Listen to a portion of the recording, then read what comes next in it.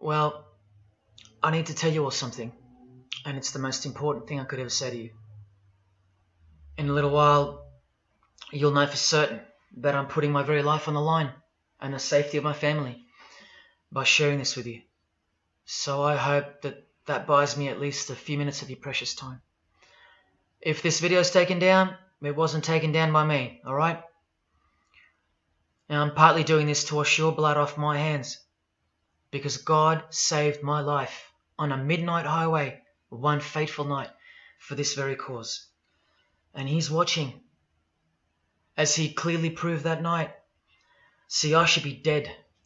My sleeping driver was hurling us toward a concrete wall at 100 kilometers an hour when an angel of God was sent to wake me up from a deep sleep with just a whisper and just in time. And for what? Not so I could win X Factor or buy that dream Porsche or marry that dream girl, but for this, for these words, for this moment, so I can tell you something, so I can warn you about something. Nothing could be more important than this. So cancel that movie you wanted to watch, skip that gym session. Don't scroll down to the next post. Just stay with me. Stay with me. Now, don't worry about the quality of the video or the audio. Just focus on the content. Listen to my voice and trust your eyes. Most of you won't care for the shocking thing I'm about to expose to you, because no one cares. No one cares. Not my exes, former friends, former bandmates, work colleagues, parents, family members, strangers. No one cares. But still, I'm doing all this for one person. One single human being out there. God is calling you, and He's looking for the last ones before the storm. And if you think you know where I'm going with this, please keep watching, because the most important part of this video comes at the end. Now, everything you're about to hear is a fact, and I'll prove it to you. I will leave no room for doubt. And nothing can stop what's coming. So this isn't a call for an uprising, boycott, protest. No. The Titanic is sinking, and it's unstoppable. All I'm going to do is point you to the life raft. And if you want to ignore me, then fine, proceed at your own peril. God knows I've tried. If you want to mock me, then at least share the video. Let others mock me too. Tell your friends. Check this freak out. Anything to help me reach someone who has eyes to see and ears to hear. And like I said, in a few minutes, you'll know why my well-being is in danger, and that of my loved ones too. Now let me ask you something real quick. Who do you think, generally speaking, runs the world? What type of people are the leaders of our countries and corporations, and the rich and the famous too? I mean, like, are they Christians? Do Christians run the world? Well, no, of course not. Buddhists? No. Do Muslims run the world? No. What about atheists? It's got to be atheists, right? Because we've come such a long way as a society, and atheism is the rational state of mind for the modern type of person, right? No. What about a mixture of people? Different types of people run the world. Let me tell you something. All the leaders from Africa to Europe to the Middle East, Israel, Syria, Iran, all the way to the Americas, all these people, and we'll get to the celebrities in a second, they're not atheists, Buddhists, or Muslims. No. What if I told you that they all belong to the same religion? A secret religion. One that none of them are allowed to talk about. One that you should worry about because it affects you beyond belief in ways that you never imagined. Before I tell you what this worldwide secret religion thinks of you and plans to do to you, let me tell you what this religion is. And how do I know about this religion? Because I used to belong to it. And today I'm renouncing it publicly, breaking my oath of silence, which they imposed upon me and every single other member during ceremonies under the penalty of death. That's why my life is in danger. Every person you're about to see has taken the same oath as I did, over and over, no matter where on earth they're from, including Scott Morrison, your Prime Minister and mine. But see, I was plucked from it, saved from its camouflaged clamps, from its extravagant deception and its spiritual corpse, by none other than God Almighty. No one else is going to tell you this. Not your favourite singer or politician, who more than likely also belong to this hidden religion. Nowhere will they speak because they love it. They love their lives. They love their success, the money, the worship they receive. And then there are those who have left but have never broken their oath out of fear. Trust me, you don't know who you're messing with here. The few that have spoken out, well, they lost everything. Or either their reputations and livelihoods are threatened or destroyed, or they're framed for a crime and end up in jail, or they're murdered and made to look like an accident or suicide. Now, just for the record, the God that saved me, which God was that? Jesus Christ, of course, the one and only. And he's the only one they hate, along with his disciples. So I'm invincible until he's done with me. That's why I don't fear him.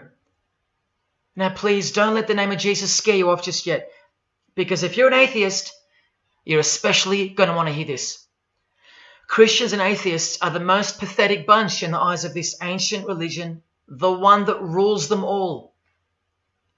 And I'm only going to show you the tip of the iceberg. And just like an iceberg, the full body of this secret religion continues down past the line of sight, beneath the ocean.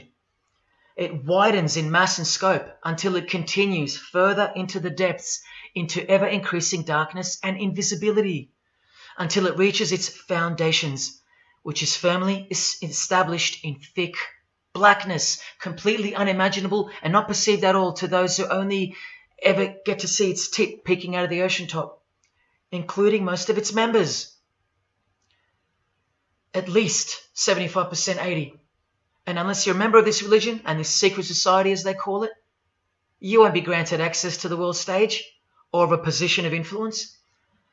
It's become a prerequisite for success now that they've gained pretty much full control and their members are in every place of prominence and power. So brace yourself for the truth that has been hiding in plain sight every day of your life, and for the mind-blowing, out-of-this-world climax to this video. Now look at this. There's a few different ways they display their allegiance. They don't do it often, and some don't do it at all. But most of them can't help themselves, because when they do it in public, it's a hidden statement, and that statement gives them a lot of satisfaction. The celebrities usually cover one eye, or hide it in some way, and obscure it, or emphasize it like this. Or they close one eye, or peek through it, through this hand gesture, all to highlight one single eye. It's called the all-seeing eye. Other times they'll just display a drawn eye somewhere, or a tattoo of it. The other method they use is what's commonly known as the hidden hand. Here, for example, River Phoenix is doing both, the hidden hand and the all-seeing eye, so you can see the direct connection between the two. But in the political world, usually it's done with the hidden hand, and of course, this. That's a secret handshake for the members of the secret one-eyed religion. We'll start with Scott Morrison here, hidden in plain sight as usual, for everyone to not see as usual. Look at the handshake. I was taught this very handshake, or grip as they call it, during my time in this great school of deception. Here's a picture of a normal handshake, and here's the secret handshake. Normal, secret. Now here's Scott Morrison with Daniel Andrews. Normal handshake, secret handshake. All of them are sworn to secrecy under the penalty of death. And remember, I'll prove it to you very soon. Here's former Prime Minister John Howard giving the secret handshake, and Kevin Rudd bowing down to this bloke in front of Julia Gillard. all of whom are members of the religion. And Tony Abbott, you'll see in a second, and he's Julia again. Now, I once heard Julia being asked in a brief interview on TV while she was the Prime Minister. The interviewer asked her, "What religion are you?" My ears pricked up as I was eating breakfast and I froze to hear the answer. And she actually said, with a sinister smirk, "I'm a member of a secret society. Next question, please." And what happened? Nothing. No one cared. No one cared that the person who represents them just confessed that she's a member of a secret society, when the Australian society is at large the only society that should matter. And why is it a secret in the first place? I'll show you. Very soon you'll know their beliefs, and you'll know their master plan, and you'll know why they take such extreme precautions with such hideous oaths of silence under the unbelievable penalties, including death, to stay hidden from the public. So what's the name of this religion? Well, I'll tell you right now. But keep in mind, the magic word you're about to hear only hides the true religion inside of itself. That's how it's secretly flourished to spread like a cancer around the world. It's a religion within a fraternity.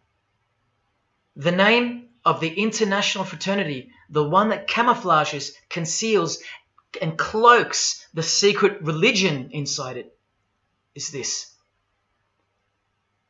Freemasonry. This is their official symbol, the square and compass. Sometimes with a G in the middle, and sometimes with the eye, the all-seeing eye. This is the same eye that these people are referring to. That's where it comes from. The eye is sometimes placed in a triangle, and that's where this comes from, the eye in the triangle. Here's Chris Angel doing it, standing also next to a mate with a square and compass shirt on. Not a coincidence.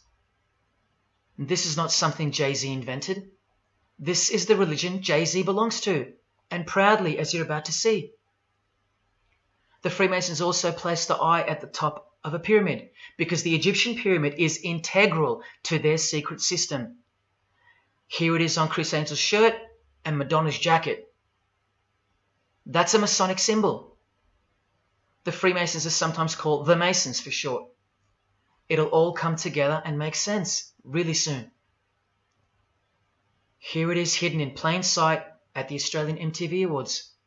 And this is the MTV headquarters, by the way. Trust me, there's no doubting this. Here's the same eye in a pyramid on a Crowded House logo. Yes, initiated Freemasons. Here's the eye on the Harbour Bridge for a New Year's Eve gig. And I wonder what that eye could be referring to. So what's the connection? The religion is the connection, the secret religion. And you'll see. Prepare yourself for an incredible revelation and the amazing climax that comes at the end of this video. Now this is where the Freemasons are counting on you to lose interest, or roll your eyes and move on. Because in their beliefs, the uninitiated, meaning you, are ignorant and stupid compared to them. You're technically called the vulgar and the profane. Please prove them wrong. Prove them wrong. And stay with me just a little longer. Now the secret identity of this one eye lies in the heart of this religion that lives, breathes, feeds and grows deep inside of Freemasonry. And Freemasonry camouflages it very successfully. So it goes undetected and undisturbed until it ultimately fulfills a thing called the Great Work. That's what they call it. And they will succeed very shortly. Nothing can stop it now. And I think some of you can sense that something's coming. And who do we trust more than anyone in the world right now? This bloke. And there he is, giving the sign of the hidden hand in front of the whole world. The hidden hand sign is technically called the sign of the Master of the Second Veil in Freemasonry. Veil, get it? Meaning hidden. Now, am I saying that this thing that's happening in the world isn't real? No. I'm saying this. Spoken like a true Freemason. And you remember this guy? A safe place and a dangerous place.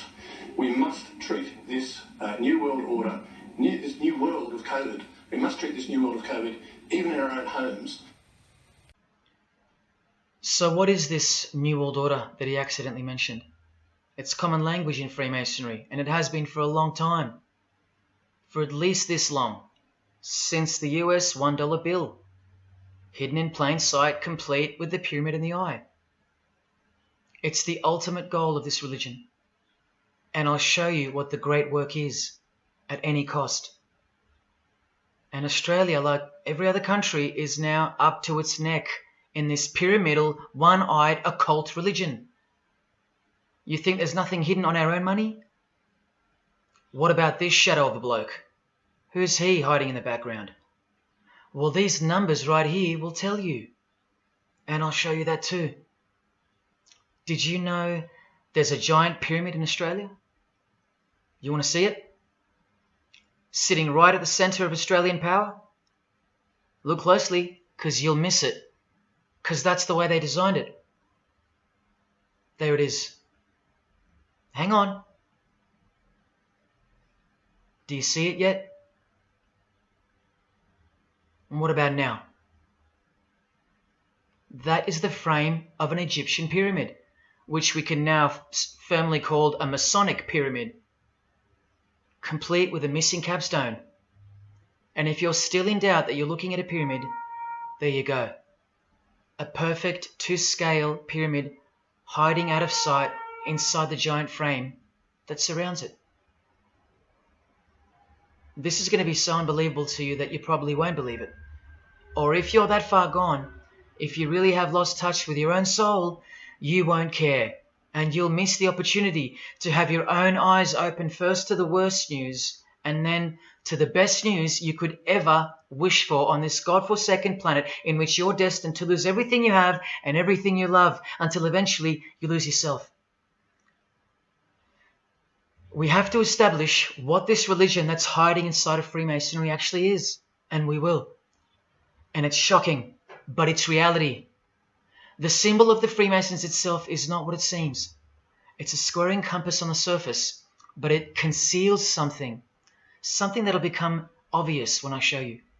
But before we uncloak Freemasonry to see its true nature, its ugly face and its shameful nakedness, because I gave you my word that I'm going to prove it to you. This is the oath they have to take. This is the oath that I took. And your favorite actors and singers, just about all your heroes, just about, even some of your relatives, who probably have no idea what Freemasonry is or was, and why they took such gruesome oaths. So for those who are going to say, my grandfather was a Freemason and he was a great bloke, or don't the Freemasons run that retirement home? Just wait. Because I'm talking to Freemasons here as well. And don't you worry, they're going to come out of the woodworks. But they're all under the oath of secrecy. Don't forget that, no matter who they are. Adele, Neil Finn, Chris Angel, or Scott Morrison. The oath comes first. And here it is. This is taken from an official Masonic publication, not intended for the public. This is Duncan's Ritual of Freemasonry. In brief, I, of my own free will and accord, do hereby promise and swear that I will never reveal any of the secrets, arts, parts, point or points of the Master Mason's degree to any person or persons whomsoever.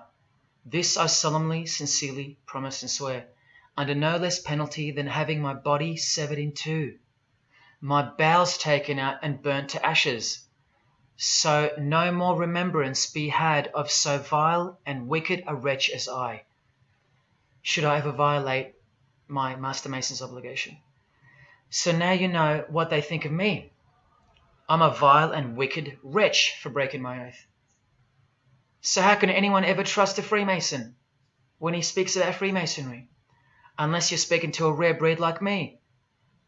Never reveal any parts, not even a single point, to anyone. Here's another penalty from another degree, this time from Richardson's Monitor of Freemasonry, a legitimate Masonic publication for instructing and laying out the ritual. binding myself under no less penalty than having my throat cut across, my tongue torn out by the roots, and my body buried in the rough sands of the sea. These are the penalties they swear to. And yes, the lodge has penal authority to execute. This is how they look when they're initiated. They have to remove all their clothing and jewelry, including wedding rings, crucifixes, the most meaningful things to them, no matter what. They have to go, because complete allegiance to the society is required. You're blindfolded at every initiation because you symbolize someone who lives in utter darkness before you receive the light of Freemasonry. And that light will become so obvious to you in a bit. The secret that is being unveiled by incremental degrees to the candidates in the lodge is staring us in the face in daily life. And that truth is pretty scary if all you know and all you have is this world. But they know much more than that. At one point, when the blindfold comes off, this is what you're surrounded by. Blokes dressed like this, holding swords to your face. And that's nothing compared to what comes later. So your own wife or daughter don't qualify for discussion in these matters, unless they too are initiated to the same level as you. So please don't tell me that your grandfather or your neighbour is a Freemason and that there's nothing wrong with Freemasonry. How would you know when they're under oath never to reveal anything to anyone? The whole successful system is constructed by the art of lying to the public and to their own members of lower degrees. And we trust these people? Now here are the illustrations for the signs and handshakes. And you only receive them after the oath has been taken. This is the sign you do upon entering and exiting the ritual room while facing the Grand Master. It stands for throat slit, and it goes like this. A continual reminder of where you are and what awaits you if you have a change of heart or rebellious spirit. And here you have the illustrations of the secret handshakes. Look familiar? And this is the sign of the Master of the Second Veil. See? Purely Masonic. You don't pick this stuff up off the street. Now this is how it's generally executed in the public arena.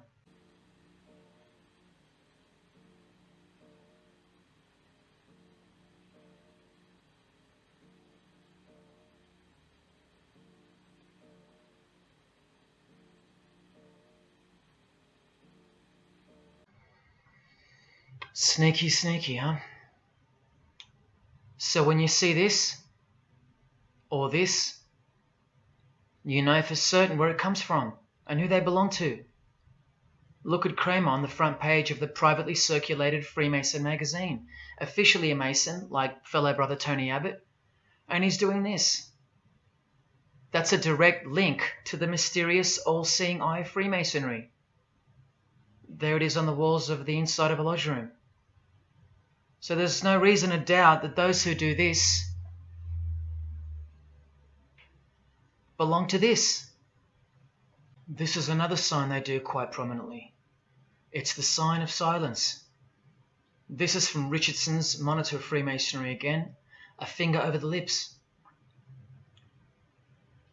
Now these signs are slightly morphed over time, so covering the mouth in a variety of ways is the expression of being bound to secrecy and silence. Silence or death, as Little Wayne here is portraying. Here's the oath of a second-degree Freemason on page 21 of Richardson's Monitor of Freemasonry. Binding myself under no less penalty than having my left breast torn open and my heart and vitals taken out, thrown over my left shoulder, should I wilfully transgress any part of this my solemn oath. In this degree, the penalty is to have your whole body dissected, bowels removed and heart cut into pieces and thrown into a field where you are eaten by animals, all to protect the secret religion of the rich, powerful and famous. In the Knights Templar degree, the penalty is to have your head cut off. Listen to this penalty, and this one has happened throughout history more than any other, because it works so well without having to resort to death or the threat of death, and it's easier to execute. Now, this applies to all areas of industry. It's done through the ruining of your reputation by fellow Freemasons, pointing him out to the world as an unworthy vagabond, by opposing his interests, making life very hard for you, by deranging his business, by transferring his character wherever he may go, and by exposing him to the contempt of the whole fraternity, the secret society, and the world. Wow. How many people do you think they've threatened, ruined, framed, cheated, and utterly destroyed to protect their secret religion? And in case you think the Masonic Lodge hasn't got the authority over the initiates, especially the ones in the higher degrees, this is from the Encyclopedia of Freemasonry. Under mandate, the orders and decrees of the Grand Master or of a Grand Lodge are called mandates, and implicit obedience to them is a Masonic obligation. And in Sickles' Monitor of Freemasonry, you plainly see they have a right to kill. A lodge has a right to exercise penal authority over its members, exercise the penalties. So don't let a Mason tell you, oh no, that's just symbolic, the oath. Their laws are above the law of the land, and the proof are the oaths themselves. Because in normal society, you can't ask someone to accept having their throat slit as a penalty in order to be a member of any club or workplace. Unheard of. But not in Freemasonry, not in the secret society world. I told you, you don't know who you're dealing with and what's coming for us all. Here's what they think of the public. Here in speaking to the candidate, it's stated, but have a care not to defile the sanctuary by a spirit of curiosity, meaning don't try to join us just for fun. And take care not to increase the number of the vulgar and profane, meaning don't invite too many outsiders to join because they're vulgar and they're profane. This is more or less an invitation-only fraternity. Here from the Encyclopedia of Freemasonry again, written for Masons only and written by 33rd degree Masonic legend Albert Mackey, stating the same thing. Masonic definition of profane. One who is ignorant of the sacred rites of Freemasonry. One who is not allowed to enter the temple and behold the mysteries. And here, being uninitiated. That's the world at large. And here, from this old ritual book written by the same legendary author, in the 33rd degree initiation, the Mason drinks wine from a human skull, which has been the cause for a few to leave Masonry, because they wonder, whose skull is this? In the 30th degree, part of the ritual involves stabbing skulls. Illustrated right here. The process of submitting the member further and further involves things like this. See, the candidate who's seeking admission into the next degree to receive more light has to be humiliated and intimidated. This guy here has his foot on the candidate's head. This is what our celebrities and politicians and the most prominent members of our society have done and continue to do. No one is exempt from this. And this is the intimidating and frightening path that you must take that binds you to the secret society before you are revealed the true beliefs of the religion. So can you see the risks I'm taking? You have to stay till the end. Don't let me down. Don't let yourself down or your fellow man. Believe me, it'll be worth it. Now here's one of the 3 greatest Freemasons of all time, who actually helped construct the 33 degrees or rituals of modern Freemasonry, Albert Pike. A hideous man with a deeply complicated mind, and one who will soon help you to see who they really are. This is how important he is to Freemasonry. He's buried here, in the House of the Temple, a Washington Masonic Lodge, just around the corner from the White House. He was called the Grand Commander Sovereign Pontiff of Universal Freemasonry, a giant of this secret society, the only Confederate general who has his own statue. And who were the Confederates? The dudes that fought for slavery, not against it, defeated by Abraham Lincoln, who was surrounded by these Freemasons, and who was assassinated by this one, John Wilkes Booth, doing the same sign of the master of the second veil. A Freemason assassinated Abraham Lincoln. Undisputable when you have the eyes to see. Now, Albert Pike writes in his colossal work, which some refer to as the Bible of Freemasonry, called Morals and Dogma, and on page 113 he says, "What can there be in common between the vile multitudes and the sublime wisdom?" That's what Freemasons possess, sublime wisdom. That's what their secret is. It's sublime. The secret I'll reveal to you. Now, just quickly, here's Freemason Kanye West. Here he's giving the Masonic grip to his brother Mason Jay-Z. Look at the lapel he's wearing in this picture. It's the same double-headed eagle as on the front cover of the so-called Bible of Freemasonry, Morals and Dogma, written by the Grand Commander Sovereign Pontiff of the religion that Kanye and Jay-Z have been sworn into and thus granted access to international success. His Christian conversion isn't what it seems, and you'll soon see what job he has to do.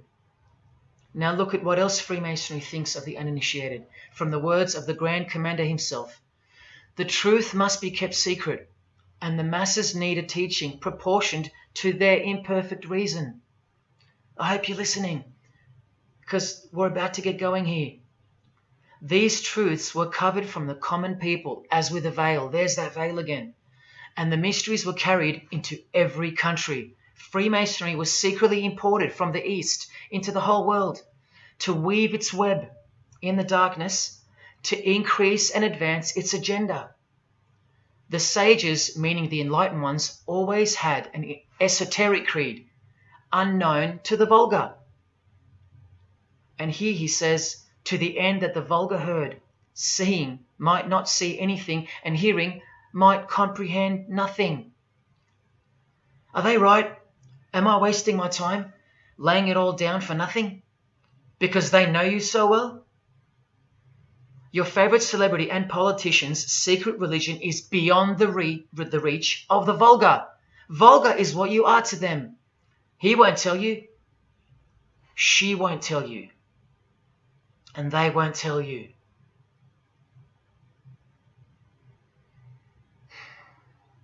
Because the other obscene penalties from the rituals of Freemasonry include having your ear and hand chopped off, or both hands,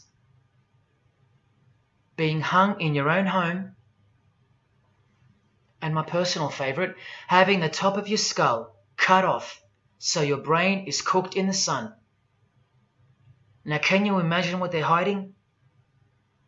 And then the ritual monitor goes on to illustrate the same secret handshakes and signs. Hidden hand, sign of silence. These people mocking us, sometimes to our face with their symbolism, while we respect them, admire them, and sometimes even love them and idolize them. All of them partaking in the same initiation rituals, to belong to the secret society, a prerequisite for success, to belong to the religion that gives you everything you want, everything your heart desires. While the Gospels teach accurately that the heart is wicked. Now here is a practical example of how Freemasonry comes first, even above the title of president. Here's a portrait of George Washington doing the sign of the Master of the Second Veil, and here, Freemason, before and above president. And if you think that's just by chance that they put the word Freemason above president, then here, read this genuine quote from Harry Truman. This should tell you how deep the consequences of Masonic initiation go and what lies deep within. It's Freemasonry above everything else. There's the Queen showing her allegiance over and over. And here's the Queen leaving a very special hospital with a very special nurse. And this was the Queen's father, fully dressed in his Masonic regalia and that God-forsaken apron they wear, which also hides something, just like the square and compass. In fact, what the apron hides is what the square and compass really represents. And it's staring you right in the face. Can you see it yet? Prince Charles, handshake, hidden hand. Prince Harry, Prince William, And here is the Grand Master of English Freemasonry, Prince Edward, also in full gear. What a lovely looking chap. And now he's giving the Masonic grip in front of this stone that was placed there to memorialize his visit to Cape Town Lodge. And what about this guy? Prince Philip, husband of the Queen. Do you remember him saying this? Yeah, and here's the article in case you think he didn't. Initiated member. Do you slowly see what the Masonic mindset is? We are beneath them. And the craziest thing is, if they can turn you into what they think of you, then you deserve what's coming. It's a natural law. It's the law of nature. And I'll soon show you their real Bible, for lack of a better term, which justifies it all, and the one which guides their morals. And it makes a lot of sense, because the power of the deceptive phenomenon of Freemasonry lies in the fact that it contains real truth, intertwined with untruth. Now, this actual book that guides their morals and plans, it isn't written by hand, and it's been around longer than the Bible. So they think it's purer, sublime as they call it. And it's the foundation on which the religion is built upon. And that Bible, so-called, that unwritten Bible, is the key to unlocking its secrets. I'm going to hand you that key. And it's all going to come together like a flood. So they're going to own it all by their own words and actions. And they're going to introduce us to a new system of life, but only after a number of shocking events take place, which I'm so close to telling you about. But first, I have to tell you the name of the secret religion and the identity of the I. Now, for the few of you that think of hospitals and charities and nursing homes when you hear the word Freemason, a word which I soon hope to never speak again after this video, well, it's a front, a cover story, and like everything else in this presentation, I'm going to show you. This too is for the poor Freemasons that are going to have the call to make an appearance in the comments section trying to defend their beloved fraternity. This is 33rd degree Freemason Manly Hall, who was named Freemason of the Century by the Scottish Rite Journal in 1990. And you'd be surprised how many Masons haven't heard of him, because they don't bother entering the Masonic library and searching out the mysteries themselves. These same Masons think they know something, and they parade themselves on websites and social media, calling people like me, oh, he's just an anti-Mason, anti-Mason. Blind fools at best, deceivers at worst. Well, the Freemason of the Century wrote in this book, and in this chapter, Freemasonry is a fraternity within a fraternity, an outer organization, concealing an inner brotherhood of the elect. One visible and the other invisible. The visible society is a splendid camaraderie of free and accepted men and women, enjoined to devote themselves to ethical, educational, fraternal, patriotic, and humanitarian causes and concerns like hospitals and charities. But the invisible society is a secret and most august fraternity whose members are dedicated to the service of a mysterious arcanum arcanorum, meaning mystery of mysteries. Now I wonder what that could be. So once again, don't listen to the lost or deceptive Masons that'll come here trying to cheat you from the truth, telling you that I don't know what I'm talking about or calling me an anti-Mason. Because there you just heard it. There's a Masonry for the majority of Masons, and then there's the real thing, the secret religion, which should shock you when it's announced. These same lost or deceptive Masons also love to repeat, like parrots, that Freemasonry is not a religion. Well, what does the Freemason of the Century have to say about that? From this book, he writes, Masonry is essentially a religious order. Not just a little bit religious, but essential. And here, the iconic giant of Freemasonry says in Morals and Dogma, every Masonic lodge is a temple of religion, and its teachings are instructions in religion. So please, Sit down, Masons, because Freemasonry is a religion. And soon, I'm going to tell you what it's really called. Now look at this from the same book, and speaking about fellow Freemasons being initiated in the lodge room. Part of the symbols are displayed there to the initiate, but he is intentionally misled by false interpretations. Their true explication is reserved for the princes of Freemasonry. The whole body of the royal art, which you'll know all about soon, was hidden so carefully in the higher degrees. So you see, the whole thing is built on lies.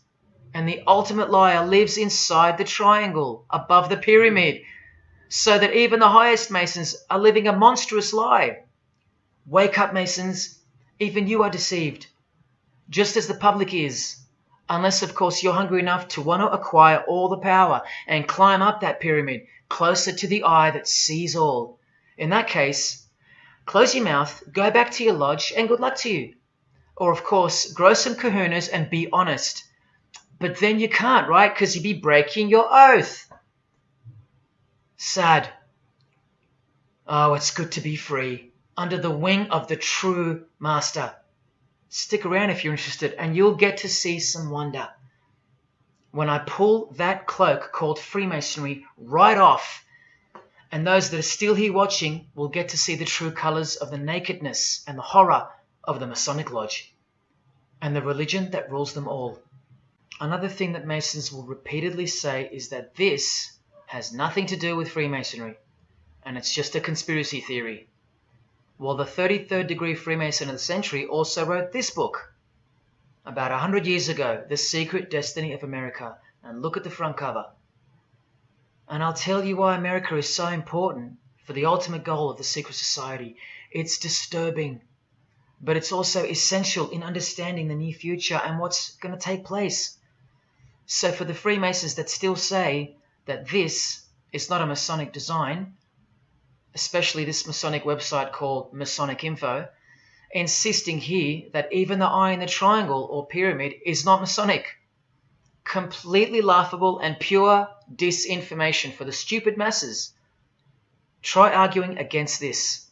This is from a 1960 copy of the New Age magazine, an official organ of the Supreme Council of 33rd Degrees. No higher authority in the United States to speak of the relationship between Freemasonry and the US $1 bill. Masonic symbolism in a $1 bill. Look at them all. 13 leaves, 13 bars, 13 feathers, so on and so forth, and of course this, the Masonic all-seeing eye, located in the pyramid. So you think this is a conspiracy theory or just a plain conspiracy?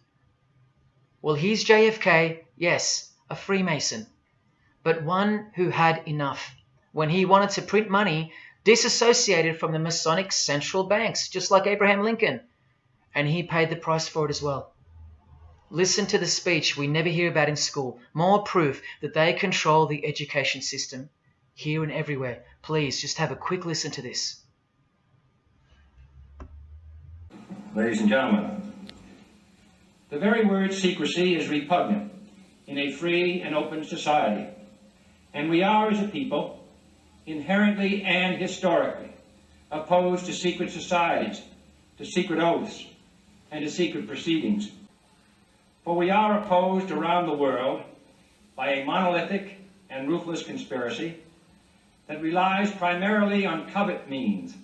I am asking your help in the tremendous task of informing and alerting the American people.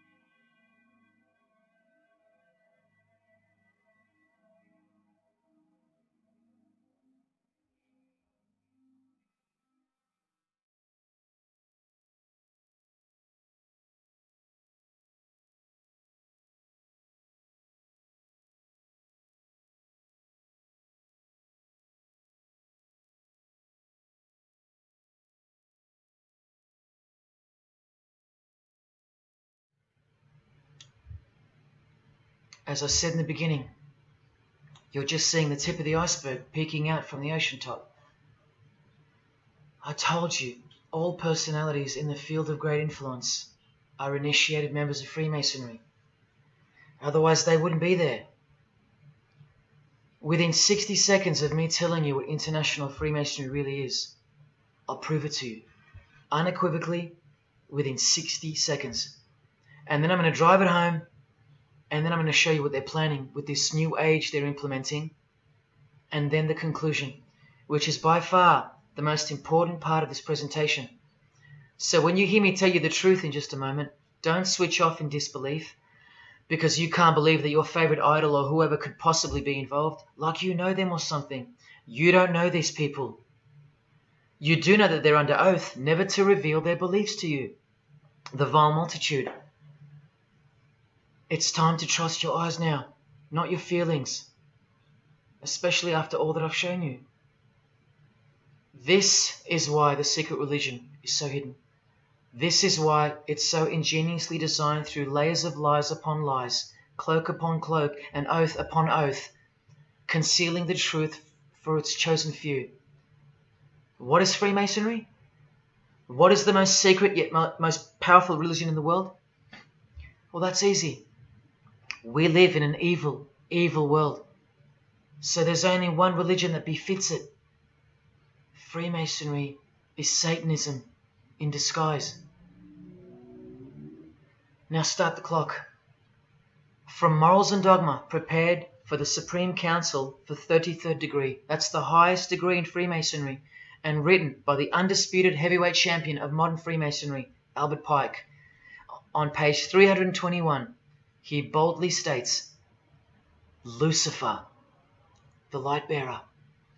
Strange and mysterious name to give to the spirit of darkness. Lucifer, son of the morning. Is it he who bears the light? Doubt it not. Did you hear that? Lucifer is God, and do not doubt it. Come on now, stay with me. Here from the Encyclopedia of Freemasonry, written by 33rd degree Freemason, a beloved member of the craft, Albert Mackey. He tells us whose name represents the good principle in Freemasonry's secret worldview. Writing under the Masonic meaning of the word pentagram, he says that the pentagram, depending on its position, represents good or evil. See how he puts the positive aspect in the first position? Good first, evil second. Good or evil, light or darkness, victory or death, initiation or profanation, Lucifer or Vesper. Lucifer is good. Lucifer is light. Lucifer is victory. And Lucifer is true initiation. See, if you're not initiated, you're profane. If you haven't figured out that God is Lucifer, you're vulgar and profane. You're stupid, in their own words. That's the beginning of their big secret. God is the devil, and we're already in hell right now. Now from the Freemason of the Century, Manly Hall, and this will make it 3 out of 3 legends of Freemasonry stating the same thing. In The Lost Keys of Freemasonry on page 76, when the Mason learns that the key to the warrior on the block is the proper application of the dynamo of living power, he has learned the mystery of his craft. The seething, surging energies of Lucifer are in his hands. Do you see? The world's hidden religion, with its universal one-eye symbolism, who was revealed slowly and by degrees only to its dedicated members, is Satanism, or Luciferianism as they prefer to call it. Now all the oaths make sense, don't they? Now all the rituals make sense. Now all the penalties make sense. And their secret signs and symbols and handshakes all make sense. While the bulk of Freemasons make the external image of the fraternity and know nothing of who rules over them and who or what they're protecting. But which craft do you think the Freemason of the Century is talking about here? Which craft? Which craft? Which craft? witchcraft. You need to slowly wake up now. Witchcraft is the royal art of Freemasonry, jealously guarded and reserved for the few. I'll show you clear as day that this is in fact true. This is the symbol of Satanism. And this is the symbol of the lodge of female Freemasonry called the Order of the Eastern Star. Look at that. Satanism, Freemasonry. Trust your eyes. This is the symbol of the Church of Lucifer, founded by a 33rd degree Freemason, which I'll prove. Look at the Masonic squaring compass in the design.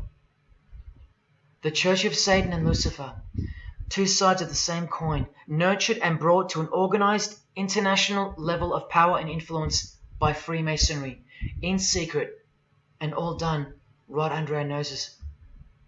And if you think that your politicians or religious leaders or favorite idols can't be a part of this, you have to try and snap out of it, or suspend your everyday beliefs just for a moment, and I will clearly show you how it's not only possible, but it's actual. Please, I feel like it's now or never. If you don't get a glimpse of this now, then when? Who else is going to tell you this? When will you next be confronted with this? This is reality.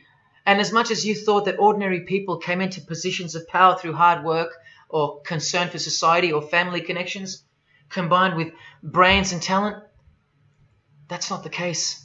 That's the fantasy. This is the reality. They all go through Freemasonry. You think that Sam Worthington was so talented that he was picked over all those American actors to star in Avatar? Of course not. He was a Freemason. And so was the director, James Cameron, of the highest caliber. You have to remember that to them, Lucifer is good. Lucifer is the liberator. Jesus is the suppressor. Lucifer is pure love. Jesus is impure love. Lucifer left heaven for you. Jesus was crucified because he was a false Messiah. The world has always been deceptive, and we have been magnificently deceived. Here is an incredible example. Pay attention. This should blow your mind. Charles Darwin, the father of atheism and rationalism, was an initiated Freemason, doing the hidden hand of Freemasonry in this picture, and the vow of silence in this one. This would have remained unknown to us because no one's going to teach us this. But now we have the tools to see his beliefs, not through his words, but through his signs and symbols. I told you they can't help but to show off their religions, because they think we're stupid, vile, and ignorant. And I've proven that to you as well. So once again, are you going to prove them right by switching off and ignoring this? Well, unfortunately, more than 90% of you will. What I'm giving you here is priceless knowledge, because no amount of money or success can substitute its importance. And I'm risking everything but my own salvation to share it with you. If only for the few of you. Think about what you've just seen here with Charles Darwin, because I don't know if you got it. You cannot be accepted as a candidate of Freemasonry unless you believe in a supreme being, as exemplified here with Phil Collins, speculated by some to be an atheist, but this seems impossible because, being a Freemason, he has to believe in a higher power, or more accurately, supreme being, and I can personally vouch for that. And look here in the Masonic Oath itself. The candidate says, "I will not aid or be present at the initiation of an atheist, a madman, or a fool."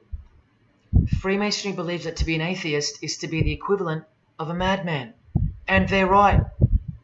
Yet while they propagate atheism around the world, in universities and schools, Charles Darwin himself was a believer in an intelligent designer, a supreme being. He had to be, because he's a Freemason. And that intelligent designer that gave birth to us is named Lucifer in the highest degrees of Freemasonry. See? Never tell. He lied to you, because that's what Freemasons do. The whole thing is a giant lie that was carefully constructed by mutilating the truth, because mutilated truths make the most successful lies. This is the secret to their success, a lying tongue and a lying spirit from the 1st degree to the 33rd degree, to each other and to us. I've proven that as well. And what did Jesus, how did he describe their God? The father of lies. How accurate. The one who comes to cheat, kill and destroy. How accurate again when I tell you their plans. Look here, Charles Darwin is noted as an influential figure by the Satanic Temple. And proof for them, apart from the intelligent design that is all around us, that Lucifer is real and that he's the god of this realm, is the power of witchcraft or magic. Magic works because there's a hierarchy or a pyramidal power structure in the spirit realm, a realm devoid of any love for you. And these spirits can be conjured up and summoned by the practitioners of the royal art of Freemasonry. They ask for something in return, however. Listen to Bob Dylan, a Freemason. Hidden hand, one-eye symbolism. Out here doing these songs, you're still on tour. I do, but I don't take it for granted. Why do you still do it? Why are you still out here? Well, it goes back to the destiny thing. I made a bargain with it, a long time ago, and I'm holding up my hand. What was your bargain? To get where I am now. Should I ask who you made the bargain with? with the chief commander. On this earth? And in this earth, and then in the world we can't see. How does one communicate with Bob Dylan's chief commander, Lucifer? By the jealously guarded royal art of Freemasonry, witchcraft. This is from the Encyclopedia of American Religions. Secrecy is bolstered by a system of initiations and degrees, the Freemasonic system. The material which is kept secret is the magical knowledge of the group. This knowledge may consist of rituals and powerful magical formulas. Do you think J.K. Rowling isn't a Luciferian? In this article, J.K. Rowling reveals the inspiration behind the Deathly Hallows symbol. And what is it? The Masonic squaring compass, with the one eye that all the celebrities mimic. That's the inspiration. They're all members of the secret society. If you think that doesn't prove anything, here she is with her new tattoo. It says Solve Coagula. Also a song title by fellow Freemason Marilyn Manson. And where does it come from? Here, the Baphomet. The image of Lucifer as conceptualized by another Freemason, Eliphas Levi, in his book, The Doctrine of Transcendental Magic. This horrid thing, with breasts, a penis, and a goat's head with 2 horns, has these words written on its arms, Solve Coagula. The impact of the meaning of these 2 words should disturb you to soberness when I tell you about them. Because apart from other things, they involve the process in which the new system will be implemented at unbelievable cost to you and I. Here's a statue of the Baphomet at the temple, Satanic Temple, complete with 2 little kids admiring it. That's J.K. Rowling's religion, Satanism. The secret religion for the highly evolved and the highly successful. Welcome to the real world. The same Masonic author writes in The Doctrine of Transcendental Magic, in the ceremonies practiced at reception by all secret societies, there are found indications of a doctrine which is everywhere carefully concealed, and that is witchcraft. And in his History of Magic, he tells us it is the royal art. And that's what Freemasonry calls it. And where did he get his inspiration for the Baphomet? From the Knights Templar, another secret society who were banned, and some of its members were executed in the 1300s for glorifying evil, as it's openly stated here in the Satanic Rituals. And where do modern day Knights Templars reside now? Within high degree of Freemasonry, right here. Again from the encyclopedia, and listen to this. The continuing impact of speculative Freemasonry, which means modern day Freemasonry, provided fertile soil in which new magical orders could grow. Magical orders, meaning other branches of secret societies, of which Freemasonry is the umbrella. Because Freemasonry is the king of secret societies. Just like JFK tried to tell us, it's the prestigious channel that one must go through. And it is the reason that the oldest religion in the world has made a colossal comeback and is now on the brink of success. Which, as I said, nothing can stop now. And again from the encyclopedia, the groups wear ritual garb and meet in magical lodges. And where do Masons meet? In the Masonic Lodge. Like here with a magical pentagram on their checkered floorboard. Are you believing your eyes? Or are you making excuses? Here's another statue of the Baphomet at a satanic temple doing the sign of the horned god Lucifer. The hand sign mimicking the horns on his head. And of course the upside down cross. And here's Barack Obama doing the same sign. And the sign of silence with a twist. Who do you think he's mocking here? You and I. But mainly Christians. Because Christianity is the one force that has stood between you and the inconceivable horror that is awaiting us and is on its way. Here's an article on Barack Obama, and that's his hands adjusting his presidential seal. And there's his Masonic ring, and the sign of the devil's horns, over and over. Freemasonry and Satanism are intertwined. Look at these Masonic politicians throwing up the devil's horns. George W. Bush. Look how sneaky and sinister the look on his face is here. And the manner in which he's delivering the sign. In front of the whole world. Is he a fan of rock music? Is he saying I love you in sign language for the deaf, like some people like to say? This is his fraternal order called Skull and Bones, also known as the Order of Death, where you lie naked in a coffin with what's called a temple prostitute during initiation. Clearly a Masonic order, with this guy displaying the hidden hand of Freemasonry. In Stanley Kubrick's last movie before his death, he's telling you that all prominent members of industry, including politics, as the movie goes on to show, are members of a satanic secret society. In it, he shows the members engage in an orgy and feast after the ceremony of dedication to their horned god. To identify which secret society he's referring to, he leaves the clues in the artwork.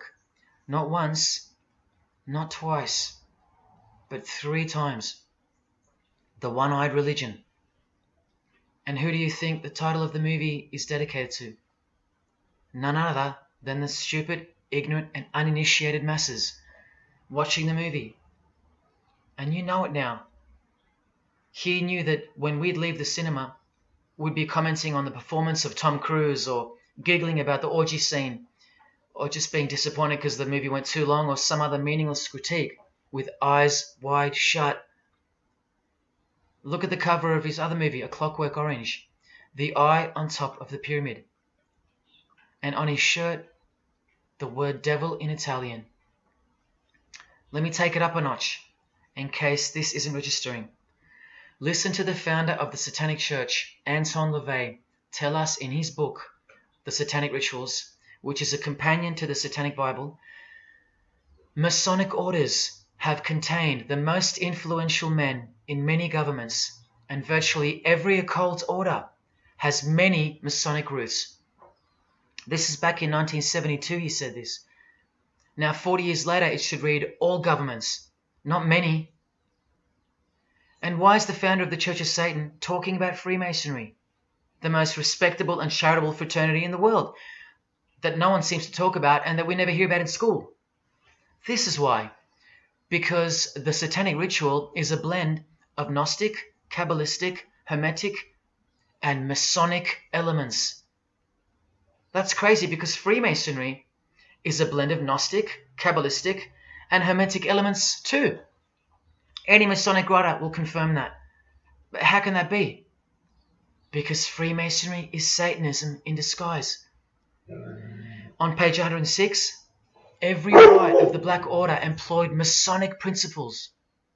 Every rite of these Black Orders, one of which was called Freunden von Lucifer, which translates to Friends of Lucifer. And guess what? There are numerous manifestations of Satanism in Masonic ritual, including the goat, the coffin, and the death's head. Please awaken, O sleeper, and let the glorious light of the truth dawn upon your sleepy eyes. How did Freemasonry get away with this? Just like Jesus, the greatest enemy of theirs, said they would, by dressing the wolves as sheep. A satanic underground carefully cloaked in Christian trappings. That's how Freemasonry got away with it. We can't find out about it because they run the media and the education system clearly. John F. Kennedy was brutally assassinated after he attempted to inform us that we are opposed around the world by a monolithic conspiracy. Did he know that Lucifer was the god of Freemasonry? I don't know. The Grand Master of my lodge, who was the mayor of the city, was a 32nd degree Freemason. That's one short of the top, one short of the true beginning of the secret religion, and he had no idea what Freemasonry really was. After 42 years in the lodge, they never invited him into the 33rd degree initiation because he couldn't see past the Christian trappings, as they were designed to do exactly that, trap the Christian, or trap anyone else who was too sensitive to behold the truth. Thus, Freemasonry could halt their progress at any time without suspicion because it's a rare thing to reach the 33rd degree, and every Freemason knows that. So that there are no rude awakenings that take place with those that aren't ready to embrace Lucifer as the true god of Freemasonry and the world. This is an ingenious system, birthed by what must have been demonic inspiration. Anton LaVey says that this ingenious system I speak of serves as a rudimentary screening process for organized Satanism. Exactly right. It's a filtering process, as I've said earlier. An international filtering process from which men and women are picked and permitted to enter the world stage. And I'm saying all this for those who naively think that politics and magic ritual do not mix. That's the founder of the Satanic Church. He admits that. Admissions that were never heeded because no one cares. How else did the Freemasons pull the wool over our eyes? The companion to the Satanic Bible tells us that as well. By filling the world with fools. And who's the biggest fool in the eyes of Freemasonry? An atheist. From the Encyclopedia of Freemasonry. One who does not believe in the existence of God.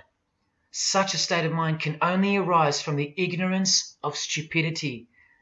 All this time, you're laughing at Christians, and the Freemasons are laughing at you. Here's Brad Pitt, wearing his Masonic ring and covering his eye. Now here's a genuine quote from Brad Pitt, the Freemason. In short, I could really try on something different for myself. That was Satanism. It's working out really well. I made a pact. That's why. You don't believe him? Bob Dylan does. And the hand sign they all do. Allow me to show you what it symbolizes. And now that you know what you know, it should make sense to you. It stands for 666. Yes, indeed. Satan's number, foretold by Jesus Christ. Now just hang on, let me prove it to you. Here it is for all to see on this shirt design, worn by Guns N' Roses guitarist Slash. See the I in the middle of the 6? Repeated 3 times. That's 666.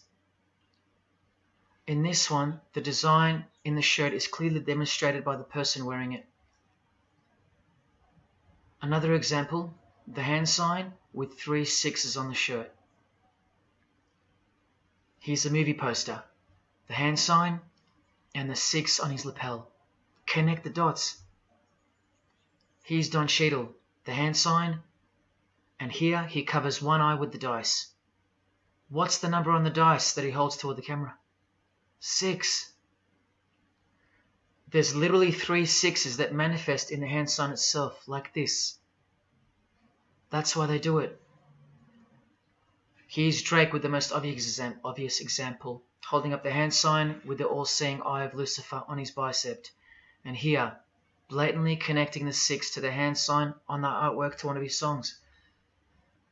The hand sign over one eye, obviously signifying a 6. This is proof.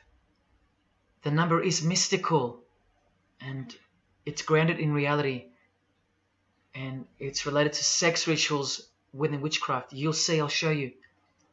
But if that's not enough, there. Drake is clearly intending that hand sign to be a way of communicating the number 666.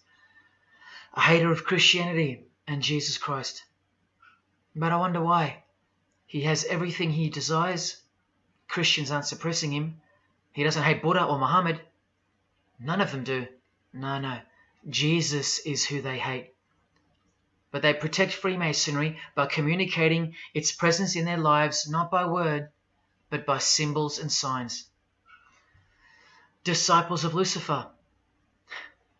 While you don't believe it, they take it very seriously, and they mock you by displaying it in your face. They know the truth. The chief commander, the one at the top of the pyramid, is Satan, the god of this world, just like Jesus told you who he is. Britney Spears doing the 666 over the eye, and look at this. The devil's horns while she wears the seal of the US $1 bill, designed by Freemasons. You know why now. You just have to stop denying it. Freemasonry is Satanism in disguise. This is how they tell you. Let's go to Britney's close friend, whom she tongue-kissed in front of the world, sexualized as these people are, and for all the girls out there to be inspired and corrupted by. Madonna, wearing the same Masonic design as Britney. 666 hand sign, the one eye symbolism, and the vow of silence. The vow of silence with her fellow practitioner of witchcraft. The Masonic eye in the triangle behind her, and now the upside down cross of Christ on her outfit. A member of the secret society who hates Jesus with a passion, as you can see here with Lucifer, the god of Freemasonry, giving her oral sex. Deep despisers of Christianity. Are you wondering why yet? The sign of the devil's horns here, meaningfully placed and done with precise intent, like with all of them. And here teaching her poor children to follow in her footsteps. Truly only God knows how many young people she's perverted in her career, all orchestrated by Freemasonry. Here's the founder of the Church of Satan again, Anton LaVey, showing the horn sign. The horned god of the witches, as illustrated by Una Woodruff in her book Witches. And here, with a member of the Agora sect of Hinduism partaking in a ritual of the oldest religion of the world. She's drinking blood here from what? A human skull. Sound familiar? That's right. That's what all the high-level Freemasons do, except they use wine, until they themselves are invited into the secret religion. It's ritualistically done to gain magical abilities, not a myth. And look at her hand sign. It's also known as the El Diablo. Do you still think this hand sign is a joke, or it's misunderstood or misrepresented by people like me? Look at the cover of Anton's other book called Satan Speaks. Look at the eye. He has one eye emphasized. Can you see? What about the image of Lucifer in the Satanic Temple? Look at the right eye. It's darkened. You ready for this? From the Bible. And this passage is thousands of years old. Woe to the worthless shepherd. His right arm shall be completely withered, and his right eye shall be utterly darkened. Where do you think this hatred for Jesus comes from? Do you think it's because we've outgrown it? Or because it speaks the truth?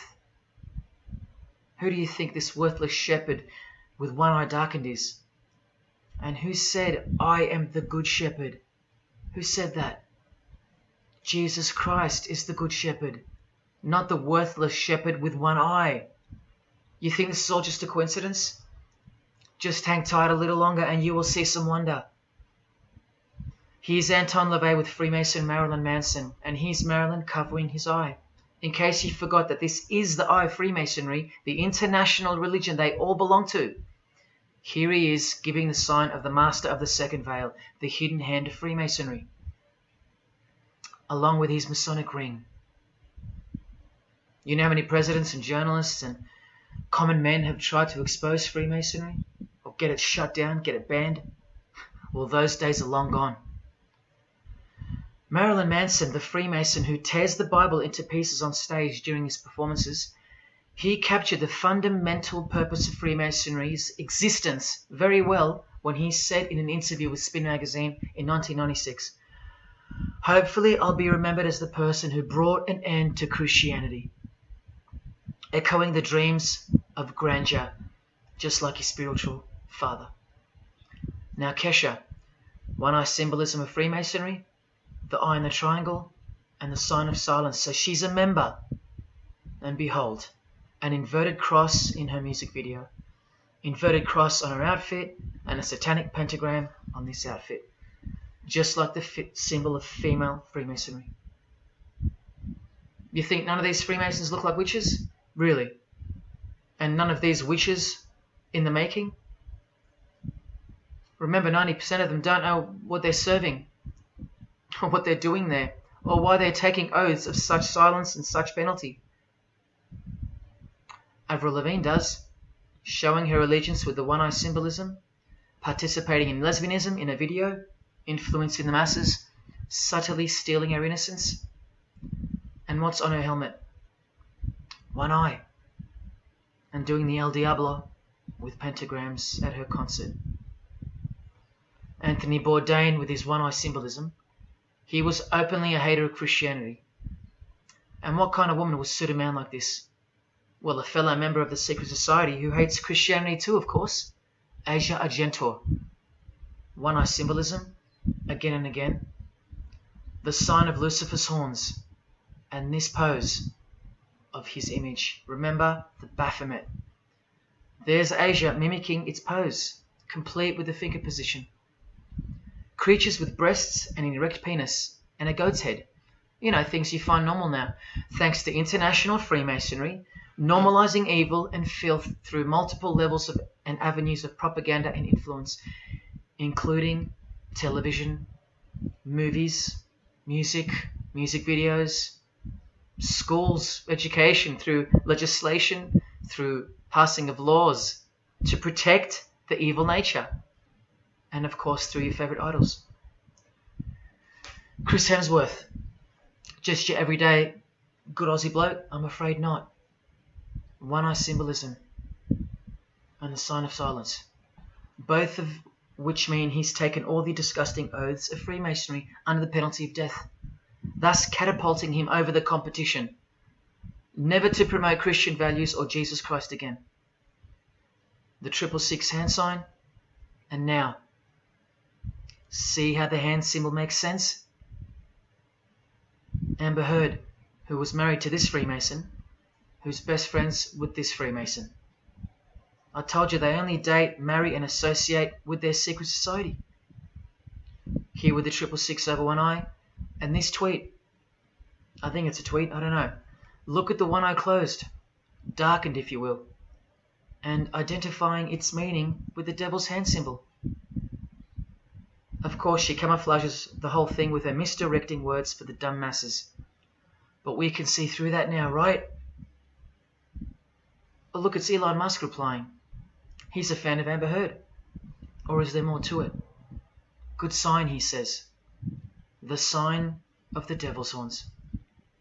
The fertility god. The sex god. That's what he's referring to. Why on earth would he point that out? You know why. But to be sure, let's go to his wife or girlfriend, Grimes. One eye. And whose eye is it? You know that too now. The god of this world, who hates Jesus Christ just like she does. 2 inverted crosses of Christ and the pentagram. And what about Elon's mother? Of course, all members of the secret society. Most of us who never even knew it existed. Blink-182, initiated member with some of his secret brothers from the lodge. Vow of silence. Sign of the devil. Cyndi Lauper, all-seeing eye. Vow of silence. the sign of the god of this world. Christian Bale, who thanked Satan at an award show, doing the sign of the master of the second veil, the hidden hand of Freemasonry. Ashley Tisdale, all-seeing eye, social media post, and hanging out with her boyfriend, who proudly wears the satanic cross. You think they belong to the same religion? Of course they do. Bonnie Wright, one eye and the satanic horns. John Cleese, I include him here because he's a well-known hater and mocker of Jesus Christ and Christianity. He got rich off it, and he's a proud Freemason, showing his allegiance. Motley Crue, Nikki Sixx, Tommy Lee, Vince Neil holding a cross upside down, and their album cover. Secretly Freemasons under oath while promoting Satanism in the open, doing their job and influencing the masses to hate Jesus and Christianity and to live a life of sin through seduction of their music. Secret Society member Jimi Hendrix hiding one eye and telling you about the secret powers of music. Nirvana, Kurt, bass player Chris, Dave Grohl, Dave and Jack Black making the sign of the pentagram, a geometric tool used in the magical curriculum, and Dave wearing his upside down cross. Hard to listen to all those beautiful songs he's written now. Courtney Love and her daughter glorifying the symbol of Satan, and Nirvana discovering something on a road trip while covering some numbers up. Proud Satanists, all secret Freemasons. Here's Quentin Tarantino. Now that we know what we know, can you see through this picture to reach its true meaning? The all-seeing eye, whose identity is revealed by the hand gesture, which is 666, with the vow of silence and throwing up the devil's horns, which I hope you can finally see means something. Share. Can this get any more obvious now? The sign of the vow of silence being made with the sign of the devil, telling you that the secret which isn't to be spoken of is Lucifer, right there in front of you. Speaking through signs and symbols, like Confucius said, signs and symbols rule the world, not words nor laws. Cardi B, I just want you to see a few connections between the one-eye symbolism, the 666 hand sign, and the horned God symbol. Eddie Izzard, all-seeing eye, hidden hand, and mimicking the horns of the Masonic God. Oh, but men love the darkness rather than light, as the scriptures put it so solemnly. Look at how precise that statement is. With high-ranking Freemasons loving the darkness so much that they define the darkness itself as light. Watch. In MasonicWorld.com, an article by Worshipful Master John Alexander, who has journeyed from the lower degrees to the high and sublime degrees. This is the religion of our leaders and celebrities, so listen. He writes, every ritual from the high and sublime degrees that I have ever read contains the statement, I beg you to observe that the light of a Master Mason is darkness visible. I put it to you, brethren, that this is the most accurate description of Masonic light that you will ever find. Think about what you just heard, because this is what they learn. Masonic light is darkness. And this is before they enter the real religion of Freemasonry, Satanism. That's why in the high degrees the ritual states to the candidate, I beg of you to observe, meaning to ponder, to contemplate what they mean by the statement. My 32nd degree Grand Master, he never understood. And they don't push you, remember? It's all a screening process to weed out the weaklings who can't handle the truth. The truth that this is how the all-seeing eye sees things. Evil is good and good is evil. Look at what he says immediately afterwards. In keeping with our normal Masonic practice of burying our important truths deeply, the ritual sets out to immediately disguise this truth. Usually people bury their lies, but Masons bury their truths. Because their truth is that God is the devil and that we are in hell. So everything has to be flipped on its head in order for things to make sense in this place where lust creates life, where might is right, where compassion is weakness, and of course, in order to succeed. Look here, with another Freemason of the highest degree, Helena Blavatsky. She writes in her book, The Secret Doctrine. Doctrine means belief. So the book is called The Secret Belief. The Secret Belief of Freemasonry. She says, the sons of God, of whom Satan was one, all those spiritual beings were called angels of darkness, because that darkness is absolute light. Do you see how far they go to protect and glorify the darkness? Because men love darkness rather than light. If these were just randoms next door or some minor cult, I wouldn't be telling you about them, and I really wouldn't care this much. But these are not randoms. These are our heroes. These are those who have crept into the power structure very slowly since 1717, when the first Masonic Grand Lodge was organized, to overthrow Christianity and the world. These are those who we admire, trust. And these are those who have perverted our culture with one hand, the hidden hand, while upholding it with the other hand. So you can never call them out, because they run charities, nursing homes, and children's hospitals in the open, while they propagate smut, violence, debt, and of course atheism in secret. While a plethora of everyday distractions are endlessly supplied to us through entertainment and news, plowing through our lives. That's political Freemasonry, politicizing everything, including entertainment, supplying you with their heroes and their idols. And now that 95% of the world have been spiritually disarmed by thinking, oh, the world is a good place and Jesus is a myth, they've rigged our infrastructure and they're about to bring it down so they can build up their new world from the ashes.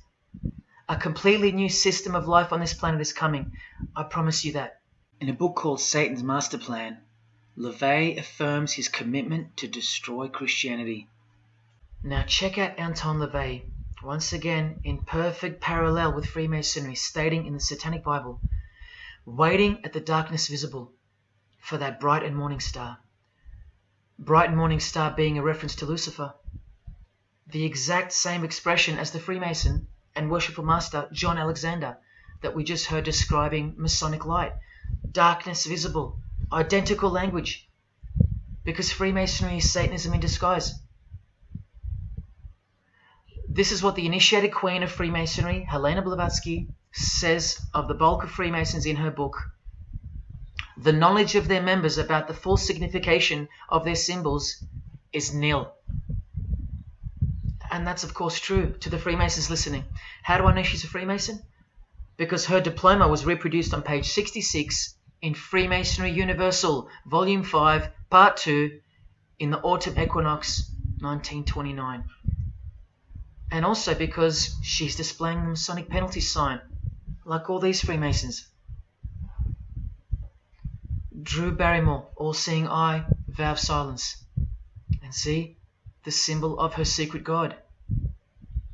Elijah Wood, one eye, hidden hand of Freemasonry, and the devil's horns.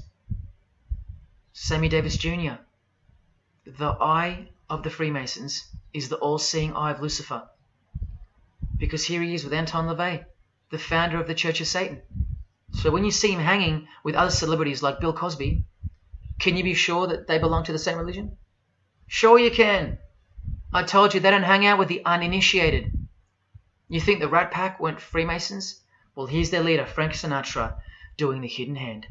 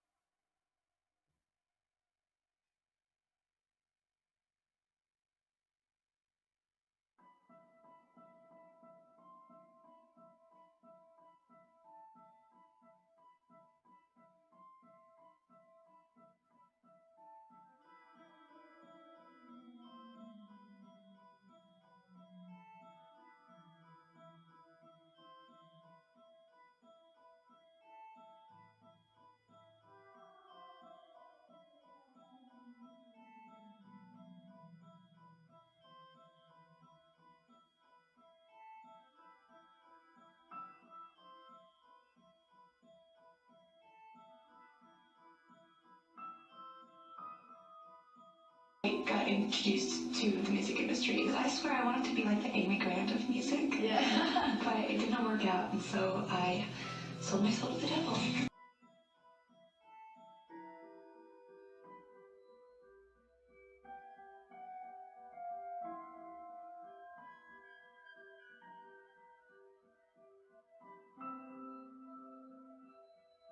On that, how do you consider maybe doing more acting? I only had a few lines. It was fantastic, but I can't really tell you anything else. It was. Sure you can. I know, I can't. It's very secretive. It's a very secret society.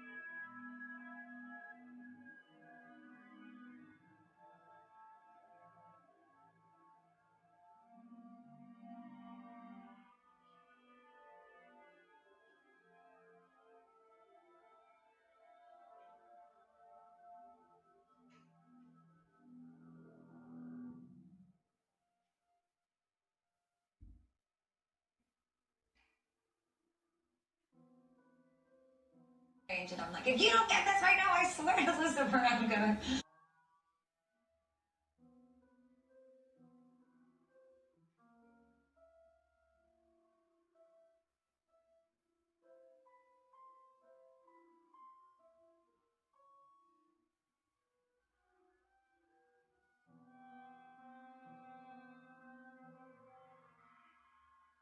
poker facing with your sexuality. When I was making love to my old boyfriend, I used to think about women sometimes. Oh, good Lord. I'm sure he was delighted when you told him. Oh, good Lord. I'm sure he was delighted.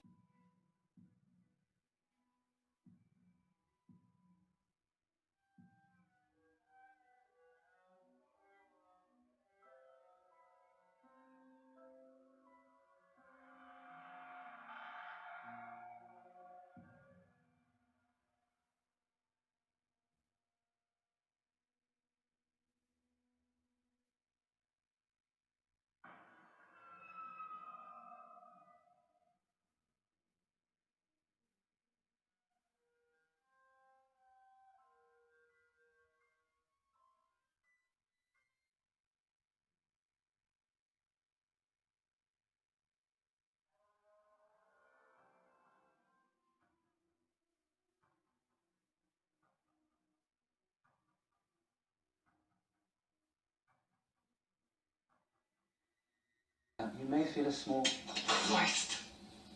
prick. Christ. Prick.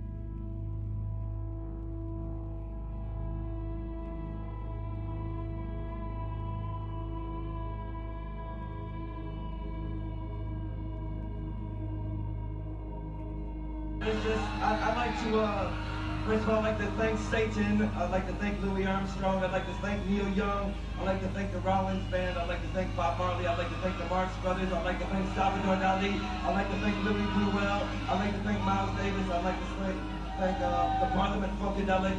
And I'd like to thank you, too.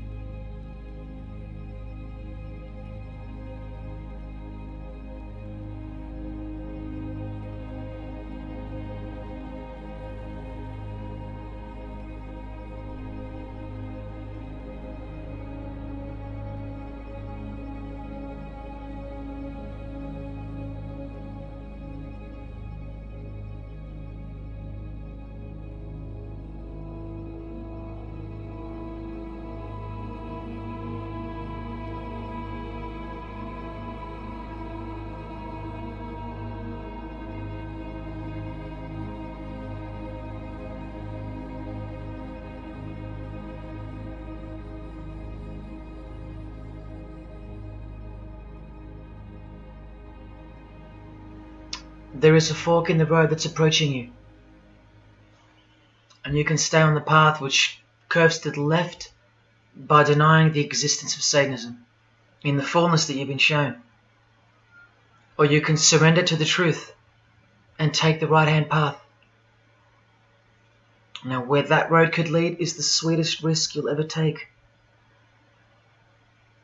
Are you still pretending that this one-eye religion of Freemasonry isn't Luciferianism?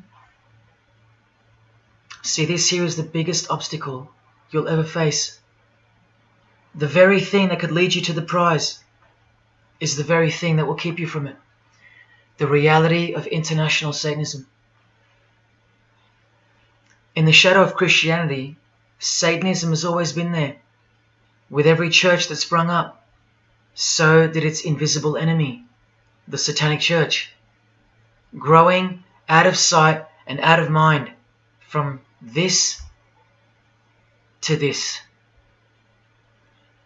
And Christianity has long been deprived of its power, as clearly demonstrable by the absolute lack of preaching against the institution of Freemasonry. Satanism's magic cloak, Satanism's magic trick, that's Freemasonry. And how they are laughing for now. So Freemasons are now at the helm of the power structure of society, which means Satanism rules. And they're making their move for the new order of the ages. Are you that besotted by this evil world that you'll even deny the existence of secret societies? And what about the American president, John Kennedy? Was he just a nutjob like me? Warning us about an international secret society with an international secret plot. A Freemason trying to tell you and the world about Freemasonry. Shot through the head. I've shown you who they are. I've shown you how they successfully operate with degrees of initiations and horrific and illegal oaths of secrecy. And I've shown you why they are a secret society.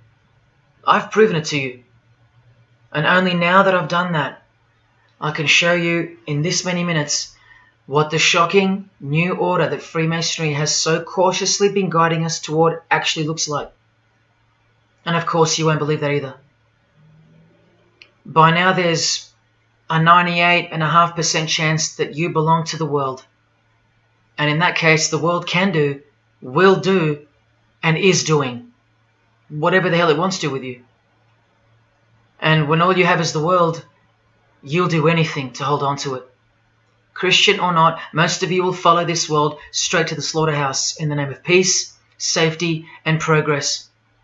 Clinging to it, because all you love is inside it. Blissfully ignoring people like me warning you of who's really in charge of it. Men, women, actors, singers, businessmen, and politicians, all interlocked, whose God is named Lucifer. You've seen it with your own eyes, but now you can hear it with your own ears from this 33-degree Freemason in person, just in case the Masonic literature wasn't enough for you. Okay, define Lucifer for me. Pure, virtuous, wholesome, innocent individual that's out to help people. Lucifer is? Yeah. Say that again. Lucifer is a pure, holy... Virtuous. Virtuous. Now, see the Lucifer that God created? That's the same one. Oh, man, this is great. I'm going to put this on the internet. Oh, God bless you, brother. Because that's exactly what the Shriners and Masons teach, is that Lucifer is light. No. And what about those hospitals? You know what, sir? Jesus said, many will say to me on that day, Lord, Lord, we did not do these good deeds in your name. And you'll say, away from me, you workers of iniquity. I never knew you. Jesus said it? In Matthew chapter 5. You've been bred from childhood to fall for the biggest lie ever told, that Satan doesn't exist. And if Satan doesn't exist, well then neither does Jesus. And while your heroes and idols know full well that they do exist.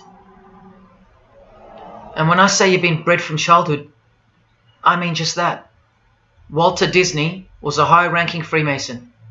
He is a Masonic stamp dedicated to him, and his very exclusive Club 33, which stands for the 33 degrees of Freemasonry. And who's the god of the 33rd degree Freemason, Walt Disney? Or Walter hides the answer in plain sight, because that's what Freemasons do. Firstly, the God of Mr. Disney is wicked. See how they veil evil with a cloak of innocence? What does the word veil itself conceal?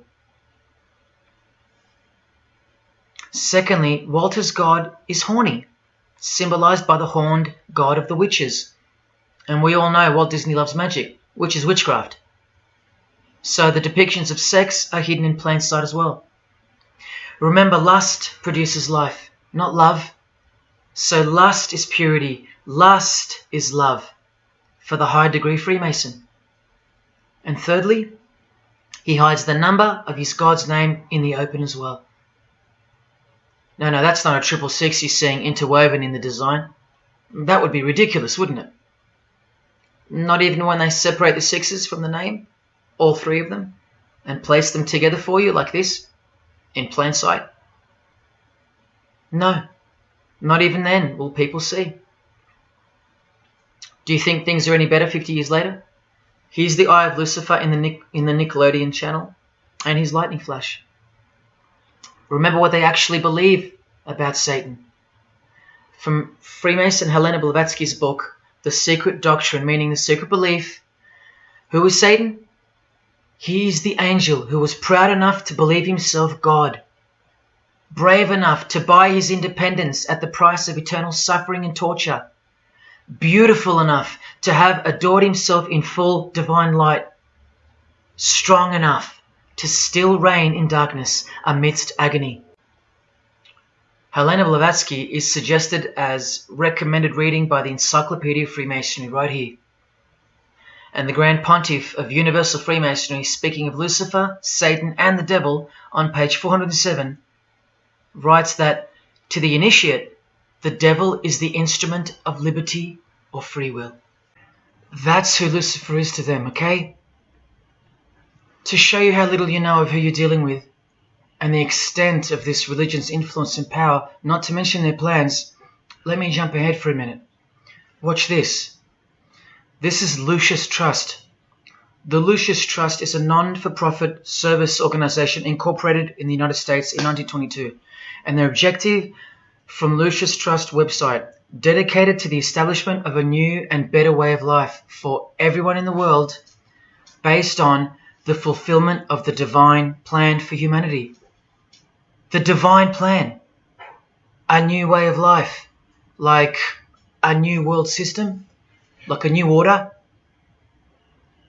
Now, you want to see who they work for? The Lucius Trust has consultative status with the Economic and Social Council of the United Nations. The United Nations, the UN. They consult the United Nations of the world. They advise the United Nations of the world. Now look at this. The Lucius Trust's publishing company was founded in the early 1920s as Lucifer Publishing Company. The Lucius Trust says that the name was probably chosen to honor Lucifer. What on earth does a modern day consultant to the most powerful and progressive force engaged in uniting all nations under one banner, the UN, have to do with the fallen angel of the Holy Bible? The one that Jesus Christ told us would manifest on earth as a world ruler, to deceive the whole world into a new world system. Yes, that angel. Why on earth would they honor that angel? Well, that's easy. They were founded by Freemasons. Incorporated into the United States by Alice Bailey and her husband Foster. Well, here's a book written by Foster the Freemason, The Spirit of Freemasonry, published by Lucius Press, also known as Lucifer Publishing.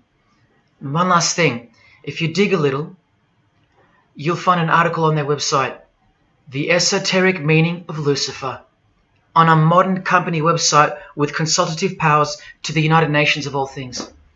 Wow, I really hope you're seeing this. In the article it states that the Baileys had enormous respect for H.P. Blavatsky, who stated in her renowned occult book, The Secret Doctrine, on page 245 in the chapter called Holy Satan. It is Satan who is the God of our planet and the only God.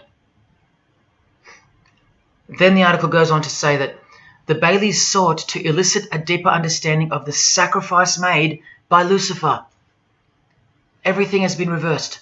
Evil is good, Jesus is the enemy, and Lucifer sacrificed himself for you, not Jesus Christ, the one who washed the feet of his disciples and the only one they fear.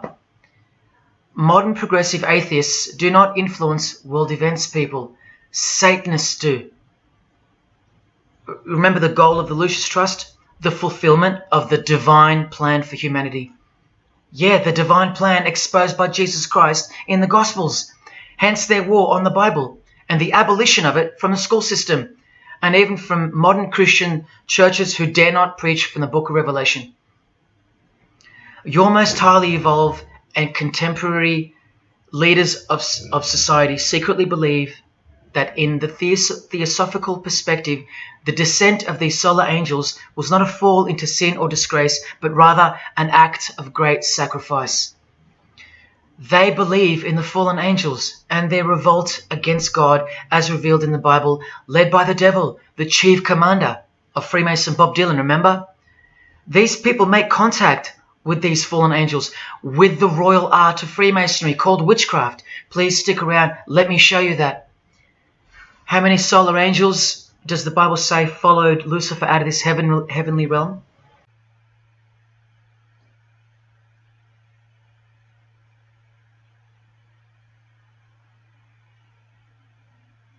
A third of the angels makes 33%. Does that number sound familiar yet? 33 degrees of Freemasonry. Just a coincidence? From the Gospels again, which expose these people every time. Do not let anyone who delights in false humility and the worship of angels, and who has access to some visionary world, beguile you, trick you of your reward. You still don't believe that the false humility of the charitable fraternity of the Freemasons is behind it all? Well, Blavatsky also published a magazine called Lucifer with a woman named Annie Besant. And here's a letter written by Annie herself with the official Masonic letterhead. And here Annie signs off as a 33rd degree Freemason. Printed also in the left-hand corner, Annie Besant, 33rd degree, and a member of the Supreme Council. Undeniable and undisputable. Please don't make me prove it to you over and over. Have you caught a glimpse of who you're dealing with yet? They're all Freemasons, high-ranking. And they're all buffeted by a plethora of Masonic dupes who don't know any of this because they can't decipher the symbols and they don't care to try. They're proud and boastful and defensive of their beloved fraternity, in which they get to rub shoulders with the most important people of their suburbs, cities and towns, and in which they got on their knees to take blood oaths of death, calling other old decrepitated men worshipful master, yet still they think it's innocent and has nothing to hide. Delusional and lost, almost beyond hope. Some of them still think it's a Christian organization, just like the founder of the Satanic Church described. What do you get when you carefully conceal Satanism with Christianity? You get Freemasonry.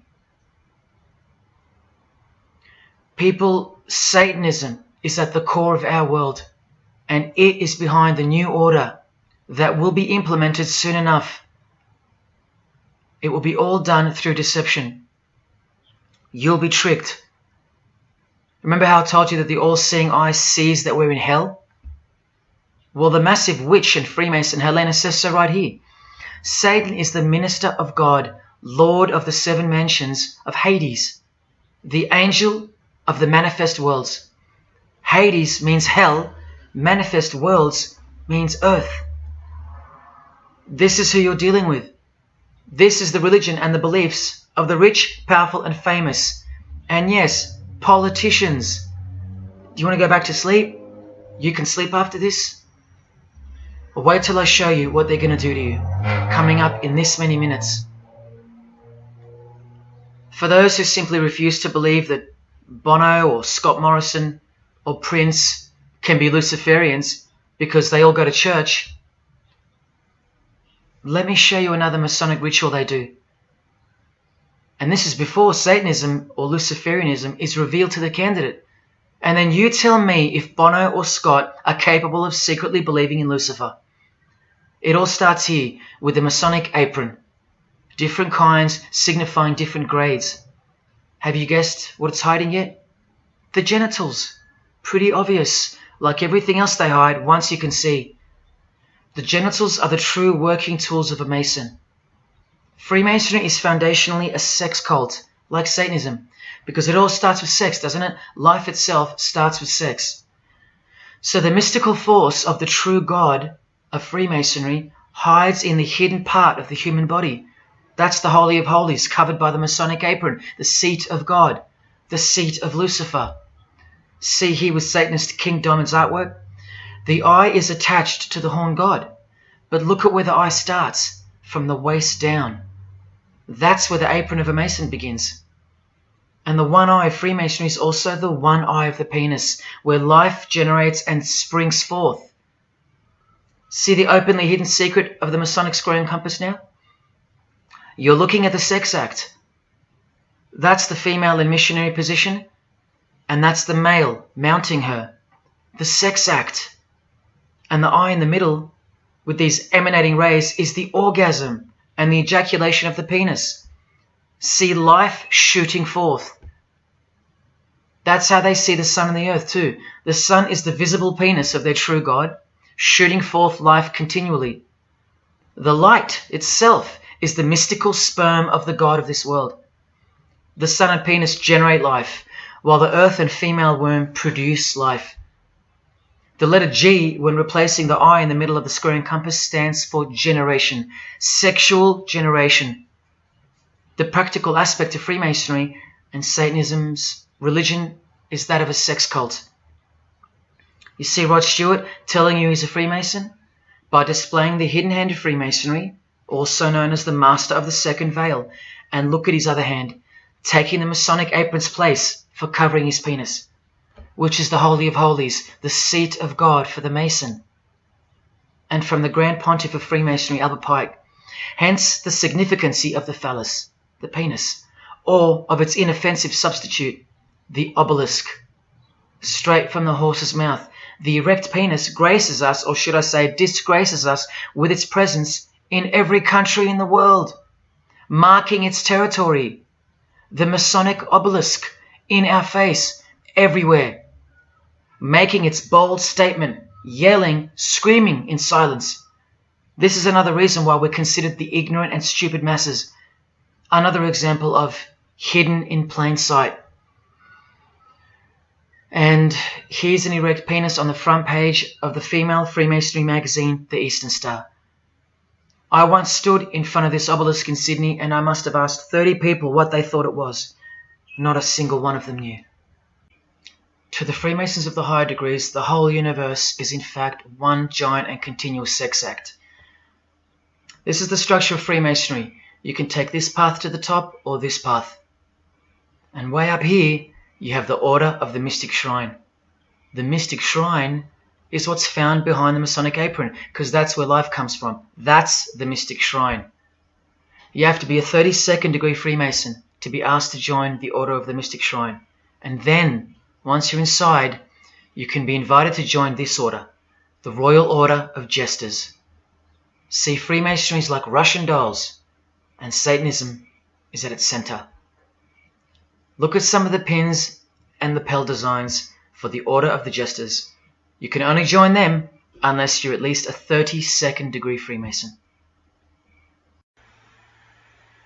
Sex and debauchery. Erections. The adoration of the phallus. Masturbation. Devils. Demons. Fallen angels. This one here, mocking holiness, reference to the anus, and sodomy, anything to mock the Bible. This disgusting one has King Momus sitting on a female's face, and hidden in plain sight is the square and the compass, for those who have eyes to see. Bestiality, yes indeed. this bagpipe player has an erection and the sheep is running away scared. Self-explanatory. This character has an emphasized eye, if you can see that, and the skull has an emphasized eye also. The wink and the one eye of the Indian. And the secrecy, the symbols of secrecy. On the far right here, the monkey covers his groin area, symbolizing the Masonic apron, and the black and white dogs, well, they symbolize the checkered floorboard of the Masonic Lodge, which is sexualized male and female principles. The horned god, where evil and good don't exist. And in the first degree, Masons are given a Bible stamped with a square and compass, oblivious to the inherent mockery and the foundation of the whole fraternity, as alluded to here with a genuine Royal Order of Jesters private lapel. This is a certificate that a jester receives after his initiation, and you see here their patron is named King Momus, and he was a god, or a daemon, which is a variant of the word demon, who was expelled from heaven, as the legend goes. Sounds just like Lucifer, because it is. Did Freemasonry disassociate themselves from the tax-exempt branch of Freemasonry known as the Jesters? Well, no, they didn't, because, this is rare footage of an event within the lodge. Now, I'm sorry about the quality of this, but this is a Masonic lodge. So for Masons that want to say that the Jesters are contrary to Masonry, well, look at these dirty old men, masters of the lodge, with sublime morals, all married, probably all have daughters and granddaughters, yet still this, inside the lodge. But for you it should be obvious, because you can see the square and compass, the sex act, and the all-seeing eye right in the middle. I told you that Satanism was the oldest religion in the world, and it is. The sex act was ritualized and organized as a religion before we called it Satanism. But Satan has always been the god, the horny god, the horned god of these sex cults. All of them, from Sumeria to Egypt to Greece and so on, that's called paganism. And the real Bible of the Freemasons and the pagans, the one not written by hand, the one that's older than any book, the one that supersedes all the rest in age, thus making it the purest and most unadulterated word of God in the eyes of the Freemasons, is nature. Nature is their Bible. And before you think there's nothing wrong with that, wait a second, because you're not thinking straight. Ask a Mason, whether he be a first degree or a 33rd degree, what is Freemasonry? And the universal go-to answer is this: a peculiar system of morality, veiled in allegory and illustrated by symbols. Now, why would you need to veil your morals? Because in their peculiar system, evil is good and good is evil. That's Satanism 101. A peculiar system of morals. That should tell you something. That should tell you everything. Why would your morals need to be a secret? Because their deeds are in fact evil. Glorifying the laws of nature, where cruelty and self-obsession are virtuous characteristics. That's nature. Nature is as cruel as she is kind. The checkered floorboard, where everything is legal. It's Christianity that lives in reverse. The first shall be last. Love your enemies. The meek shall inherit the earth. These are unholy and unnatural concepts in the eyes of visible nature, the nature of Freemasonry, which is Satanism. What the Freemasons really mean by this morality veiled in allegory is that they're allowed to steal because nature allows it. They're allowed to kill because nature allows it. They're allowed to commit adultery because nature isn't monogamous. They're allowed to lie, indulge in all their God-given senses, especially sexual, because nature encourages it, as long as no one finds out, under oath. Jesus said, narrow is the road that leads to life, and broad is the road that leads to destruction. The Freemason of the century says, no true Mason can be narrow, for his lodge is the divine expression of all broadness. Because broad are the divine laws of nature. While they glorify those laws, Christianity breaks those laws. It becomes supernatural, because only then can you love your enemy. And so it goes that Christianity is despised by Freemasonry, the real Freemasons, because their Bible is nature. And by nature, they know the personality traits of their God, Satan, because he's the God of this world, just as the Freemasons, the enemies of mankind, say that he is. And just like Jesus said he was too. So they believe that Jesus is evil because he denies human nature and burdens us with the knowledge of sin. Observable nature, that's what guides the Masons' ethics and the Masons' morals. That's why they're called Freemasons. Believe you me, because they're free from moral obligations, free from sin, from guilt. They're free from Jesus Christ. These people are introducing this new system of the world, this new age. You're going to miss Christianity when it's gone. Mark my words. Because you have no rights in the eyes of nature, which is the Bible of Freemasonry and Satanism. And soon that will become painfully plain as a fact of life. Now please, I give you fair warning of what's to come in this presentation. It's very disturbing, or at least it should be. But cause to celebrate follows the disgusting things you're about to see. This is precisely where my own life and well-being come into danger. So let me say this right now. If you hear of my sudden death, or of my possession of 0.5 kilogram of cocaine or child porn, or my overdose or my suicide, remember this video. And if something so unfortunate should happen to me, may it serve as a catapult to you and as a remembrance of the conclusion to this presentation, which is this many minutes away. Do I really think they're going to make me pay for this video, for breaking my oaths?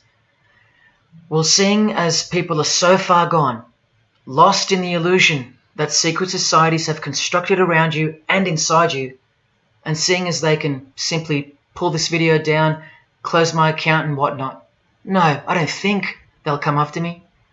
But if they do, let me say this to the Grand Lodge that orders my demise right now. Jesus wins. So in saying all that, here we go. Is Scott Morrison a Satanist? I'll let you answer that. Here is a ritual that Scott and every Freemason from this guy to this girl have performed. There is one Masonic apron you'll never see being worn. This one.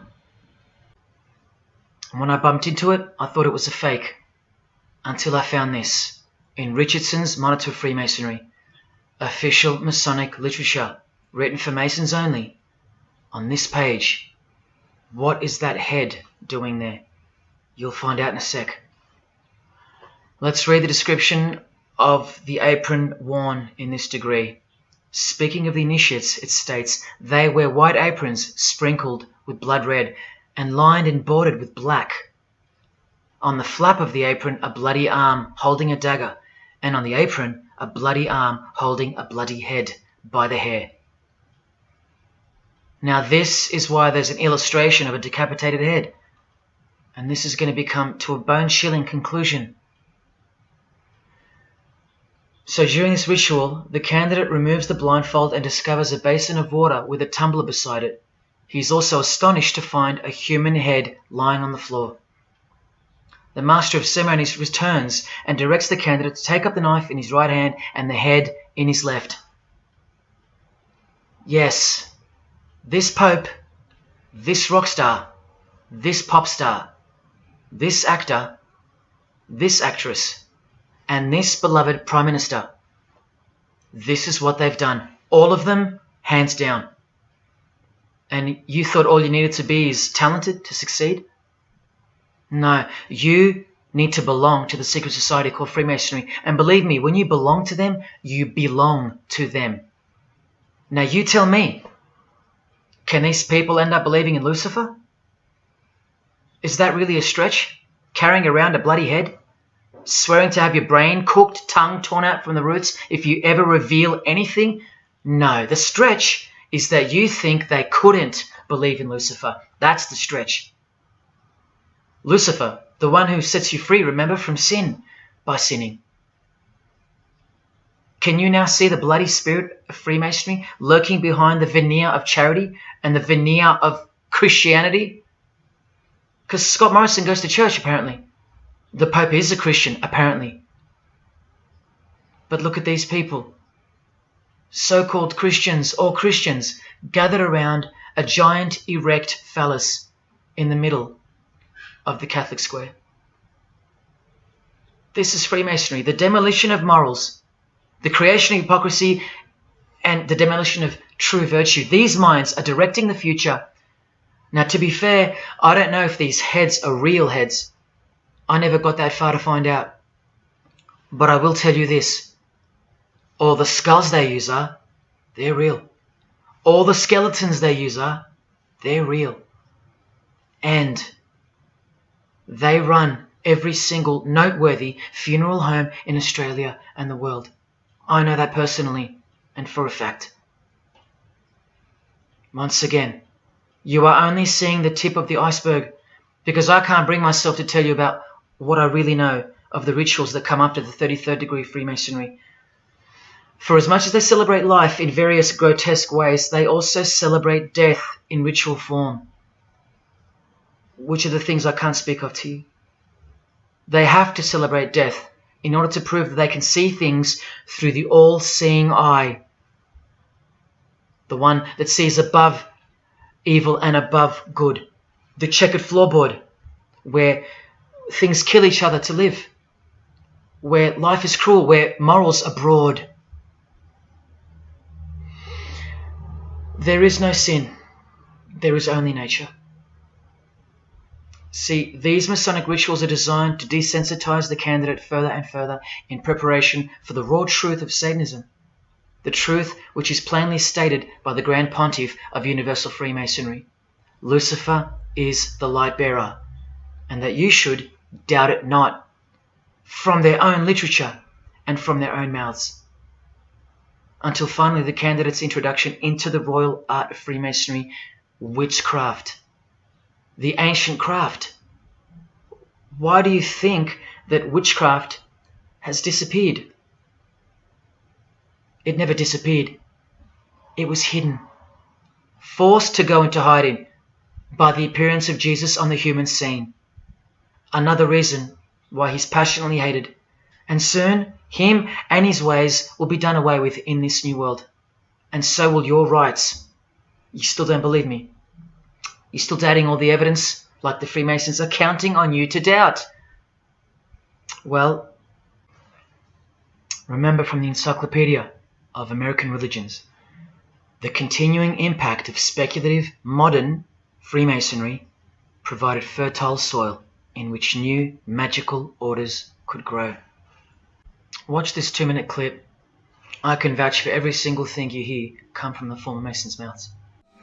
In the initiation in Freemasonry, we had to be recommended by another Mason.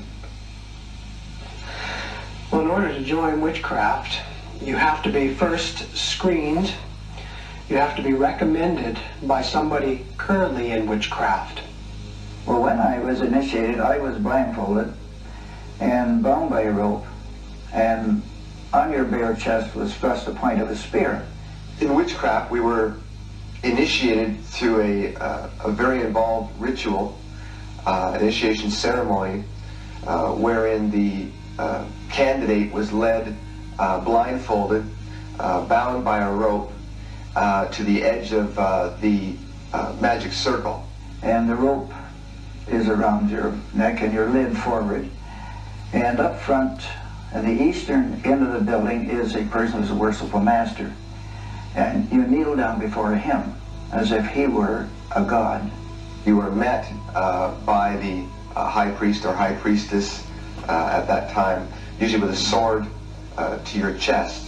When I went to enter the lodge, a sharp object was put to my left breast. And I was warned that should I reveal any of the secrets of Freemasonry, to know what to expect. When you're presented before the high priest, a sword is held against your chest, and you actually take a blood oath, promising to remain faithful to the secrets of witchcraft. Well, when you are in the room, this blindfold is taken away from you, and this is a time when they say that you're coming from darkness into light. During the initiation ceremony, the initiate is led by the lieutenant of the high priest and is challenged at the edge of the circle by someone saying, "Who goes there?" And the answer is, "One from the world of darkness." In Masonry, the prayers are ended with "So mote it be." Oh, and one of the other aspects of, or distinctives of the craft was that we would always end any spell or ritual where we released the power, this is where the power was released, with the word "So mote it be." By now this should sound like a stupid question, but why do you think that the initiation ceremonies into witchcraft are almost identical to that of Freemasonry? I'm not even going to answer that. Come on, people, wake up with me. Here's Kylie Minogue, a Freemason, okay? Hidden hand of Freemasonry and the one-eye symbolism of the god of her religion. Now here she is giving the vow of silence, but what the masses fail to see is what's written on the book she's holding. Witchcraft, the royal art of Freemasonry. This is what her vow of silence is referring to in the picture. Yes, Kylie Minogue is a witch. And if you're still that deluded by the magic wand that is television, entertainment, movies, media and whatnot, then you'll no doubt fail to use the incredible eyes that God gave you, from which to see the real world with, the evil world, where Satanists are at the helm. The ban on witchcraft was only officially lifted in England in the 50s, after more than 1500 years. So that tells you who's in control now. And when I give you a glimpse into witchcraft in a minute, you'll see why it's evil. And why it should be anything but legal, even when using it for so-called good, because the well they draw from is poisoned. But thanks to propaganda, the craft of the witch has been absorbed into the realm of fantasy. Justin Timberlake here is also referring to magic in this cover art, with the all-seeing eye looking through the number of their god. Magic. Magic is a much smoother and more acceptable word than witchcraft, that other word.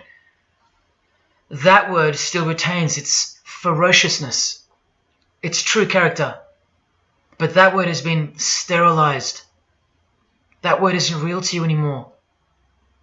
You can't feel it for what it really is. Or if you do, your mind has isolated it, confined it to some small groups of unimportance scattered here and there over this diverse world. And so it's nothing to be feared or concerned about. But that's the furthest thing from the truth. Now, some witches want to say that witchcraft isn't Satanism. That's either more delusion or misdirection, as confirmed here by Anton LaVey in the Companion to the Satanic Bible, when speaking of the followers of the Witchcraft Not Satanism school. He writes very accurately that they cannot afford to admit to an affinity with anything that bears the name Satan. He knows where the power of witchcraft comes from. Now, does that mean that Justin Timberlake is a Satanist because of his symbolism and the use of his word alluding to witchcraft in his artwork? Well, yes, actually, that's correct. He is. Here's a quote from one of his songs. You want to see who else is in good company with these famous idols? Suzanne Atkins. Same sign, same religion, Satanism. Do they all have to admit it in the English language for you to believe me? Or can the symbols they use finally be enough for you? Look at what another legendary Freemason, Arthur E. Waite, states. Out of evil comes good. And the confusion of tongues gave rise to the ancient practice of Masons conversing without the use of speech. Out of evil comes good, so it's good to do evil. That's what he's saying. See, I'm trying to include you into the conversation that the Freemasons are having with each other in public via symbolism, unbeknownst to you. Listen to what famous US footballer Tom Brady said regarding his wife.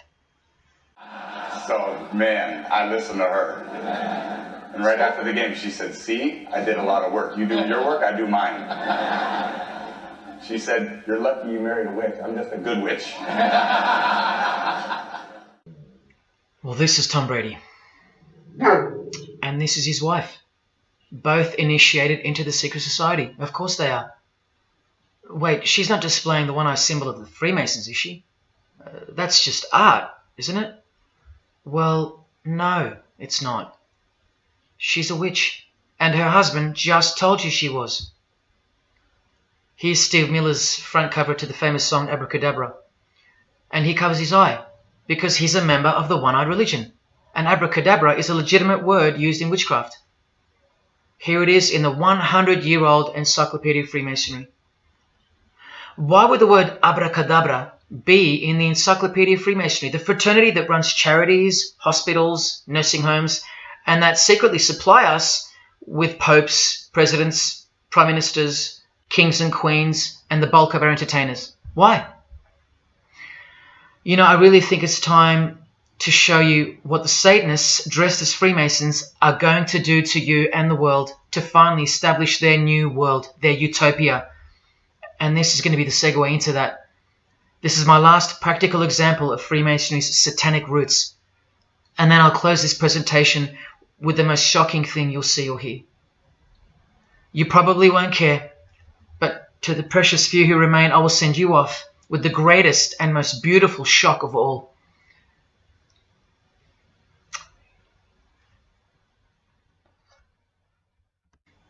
This is Jay-Z inside his Masonic Lodge. You can see the Masons in aprons in front of him. This is where Jay-Z takes his sick oaths of silence, kneels down in front of other men, and calls them Most Worshipful Master, an appalling title to give to a man on this planet. Jay-Z the Freemason writes songs like this. This one's called Lucifer. And in Empire State of Mind he writes, Jesus can't save you. Life starts when the church ends. Oh, but he can save you, Jay-Z.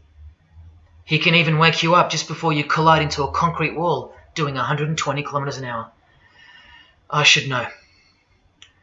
This is fellow member of the craft Alicia Keys, who sings on the track. Here she is, showing her allegiance and wearing the broken and bloody cross of Jesus Christ, the occult peace sign, pure hatred for Jesus. There is peace when your conscience has been killed, seared to sin, and you can indulge to anything. A false and temporary kind of peace, no doubt. Here's a shot of Jay-Z's clothing line, purely Masonic, The Craft. Well, this is the craft he's referring to. This is him with well-known witch Marina Abramovich, also showing her sign of allegiance to Freemasonry. Now here we go. Here's Jay-Z wearing a most revealing top and the dead giveaway that you need to see behind the curtain of Freemasonry. Do what thou wilt. Do whatever you want.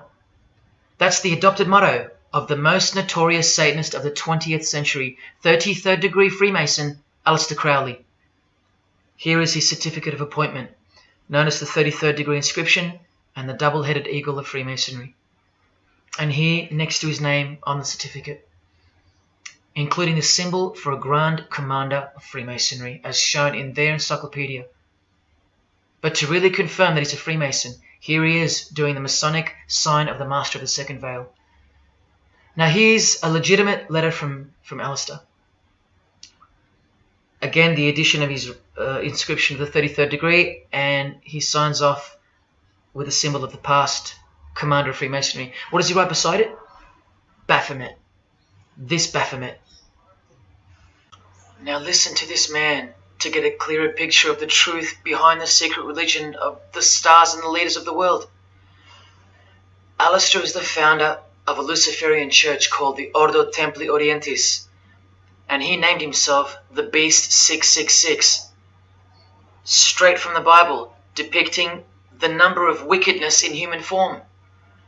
In his what's called Liber's writings, he says, "With my hawk's head, I peck at the eyes of Jesus as he hangs upon the cross." Do you see the hatred? You think they don't hate you too? Keep watching. And from the equinox, with the all-seeing eye of Freemasonry, this illustration. What does it mean? The writer himself explains. The picture is symbolic of the new eon, the new age. From the blasted stump of dogma hangs the hag with dyed and bloody hair, Christianity. There's a massive glimpse into the New World Order that's coming. Keep watching. And down here, do what thou wilt is the true nature. The true nature, remember? The broad morals. There is no such thing as evil. So do what you want. Can you see the Masonic future yet? Can you see the hidden hatred that pulses through its veins? If they believe in do what thou wilt, what do you think they will do to you? And what do you think they'll do in order to build this new world? This is from a commentary on his book of the law. The Beast 666 adviseth that all children should be accustomed from infancy to witness every type of sexual act. Do what thou wilt. And what about the royal art of Freemasonry? Magic is the highest, most absolute, and most divine knowledge of natural philosophy. What a statement. The highest, most absolute and divine. Well, let's have a closer look into some of the more hidden secrets of the most divine natural philosophy known as magic. Any living being is a storehouse of energy, varying in quantity according to the size and health of the animal. At the death of the animal, this energy is liberated suddenly. The animal, therefore, should be killed within the circle, within the magic circle, so that energy that's released can be captured and directed to serve the will of the witch, male or female. This is a science, a hidden science. But now hear this, coming from a 33rd degree Freemason, and don't you forget that. For the highest spiritual working, one must accordingly choose that victim which contains the greatest and purest force, a male child of perfect innocence and high intelligence is the most suitable sacrifice. Can you see? This is who Jay-Z is quoting on his top. This is who this Jonas brother holds in high esteem. This is who the Beatles have on their front cover as a figure they admire. No worse, they put at the top. This is the same picture of the front cover in a mirrored form, and after some kaleidoscoping, you'll find this. Fellow Freemason Aleister Crowley sits at the top, and down the bottom there even appears the phallus with the testicles, and up here the vesica Pisces, also known as the vagina. Does this picture make more sense now? All Freemasons, yes indeed. And by the way, that's where Jay-Z got his symbol from Satanism, as portrayed here by Satanist and Freemason Aleister Crowley and by Satanic Church founder Anton LaVey. Does anyone still think that Freemasonry isn't Satanism in disguise? Let's finally take a peek into the royal art of Freemasonry. And this is the briefest way I can show you from the complete book of Magic and Witchcraft. This is a practitioner's manual, not from some bogus author trying to expose witchcraft. Just so you can get it through your head that this is real and this is protected. The writer or compiler of this God-forsaken book warns the reader that the recipes may seem disgusting, that the knowledge revealed has been forbidden, and has caused suffering and death to witches and the victims of witches. You don't think witchcraft was a serious menace in times past and present? Come with me, and I'll show you how bad this menace actually gets, as the world's most powerful and secret religion moves ever closer to fulfilling its biblical destiny, and it will. Close your eyes or not, it will fulfill its destiny. Firstly, let's connect this sick art straight to modern Freemasonry with the word abracadabra, both written in triangular form, from the Manual of Witchcraft and from the Encyclopedia of the Secret Society that your Prime Minister belongs to. And just like high-ranking Freemasons, male and female witches also drink out of a human skull. But here the practitioner drinks wine, in which they first dissolve or boil the brains or heart of an animal, before consuming it all from the human skull. In this ritual, the initiate is instructed to drink in the night at spring water, out of a skull of one that hath been slain. That's right, out of the skull of a human who's been murdered or sacrificed. Otherwise, eat a pig with a knife that slew a man. Please don't turn away. Look straight ahead and open your eyes to the planet you are on, because the real monster under your bed doesn't actually go away when you close your eyes. In other rituals of the craft, you burn a rooster while he's alive, with the use of a poisonous plant used in ointments and potions of witches. You can assure death and destruction on a victim. You want to make a female enemy sterile, or a male enemy impotent for the rest of his life? Otherwise, you can just kill them. The hand of glory is the severed hand that is dried and preserved to be used in black magic. Yes, a dead human hand. A black circle is most effective for operations of evil. The use of blood and sex in ritual was considered helpful for obtaining the necessary energy to successfully work magic or achieve mystical insight. But here's where the darkness thickens even further. Animals such as black cats or children may be sacrificed, and participants may drink the blood of the sacrifice. And just so you know that Stanley Kubrick wasn't joking, an orgy of participants sometimes follows the mass. No remorse, just science. The science of witchcraft, the royal art. And here, what's necessary for the working is the fat of young children, dead children. How many children do you think go missing in Australia every year? That's how many. And what about the world? Is it 1 million? Well, according to the International Centre for Missing and Exploited Children, it's 8 million children per year. Do you think that the highest, most absolute, and most divine knowledge of natural philosophy has anything to do with that? Any chance of an international secret system that is bolstered by initiations and degrees, and bound under the most brutal penalties that the human mind can ever devise? Do you think that has any involvement? Any chance of that? Am I saying that this Freemason has sacrificed children? No, I never said that. But did he ever even remotely mention the secret societies? Did he ever try to warn you? Educate you? No, he was under oath. Am I saying that these Freemasons have sacrificed children? No, I never said that either. But have they ever warned you about the secret society that believes that Lucifer is the savior? The society functioning right under your nose, that secret society? No, not a chance.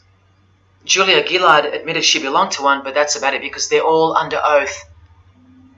So where does this ancient craft originate from? It originates from the spirit realm, from spirit beings. That's who taught mankind the royal art before civilization began. In this chapter, The Rites of Satanism and Witchcraft, the manual explains that a typical satanic Sabbath was, number one, a homage to the devil, usually performed as the osculum infami, also known as the kiss of shame, which is so shameful that we'll just put it this way.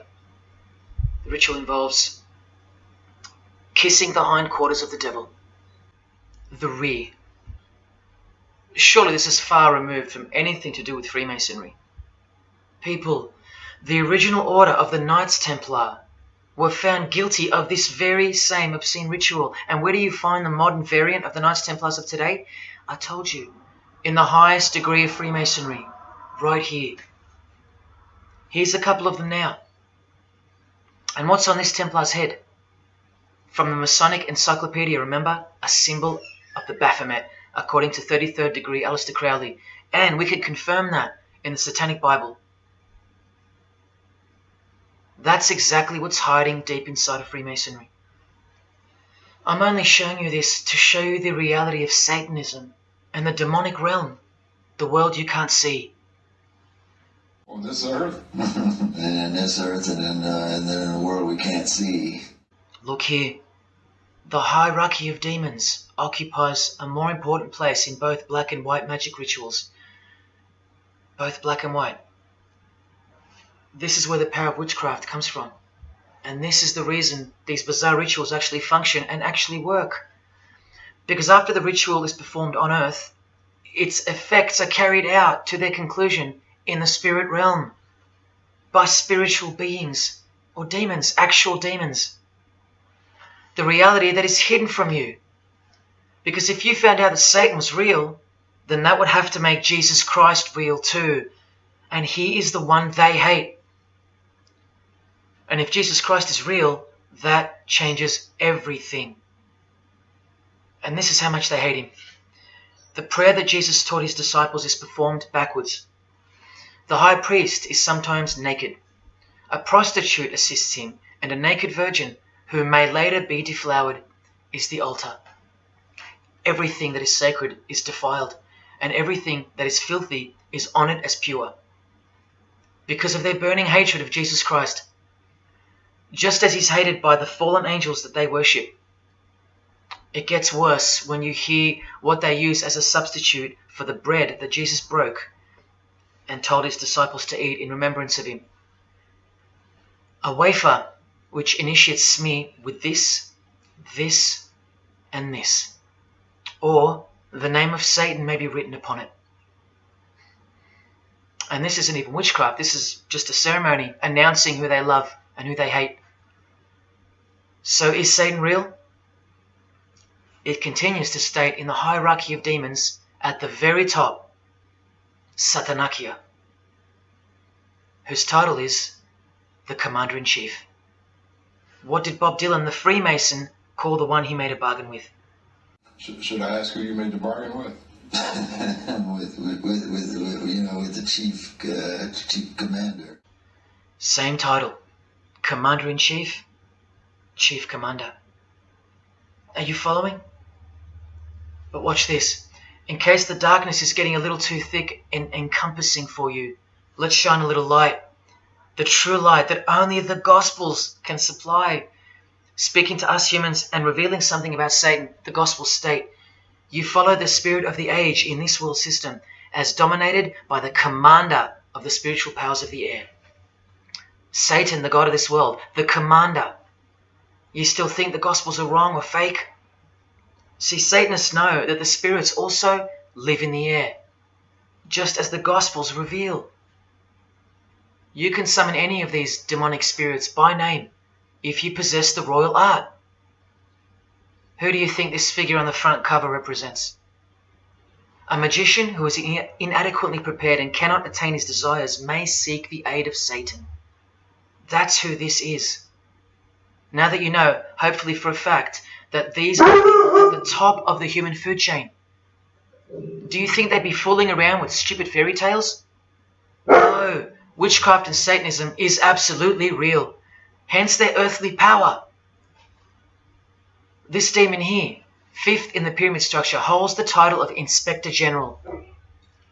And what's the title of the highest degree in Freemasonry, who exists in every local lodge in every suburb, a suburb near you? Inspector General. Same title as the living demon. Do you believe me now?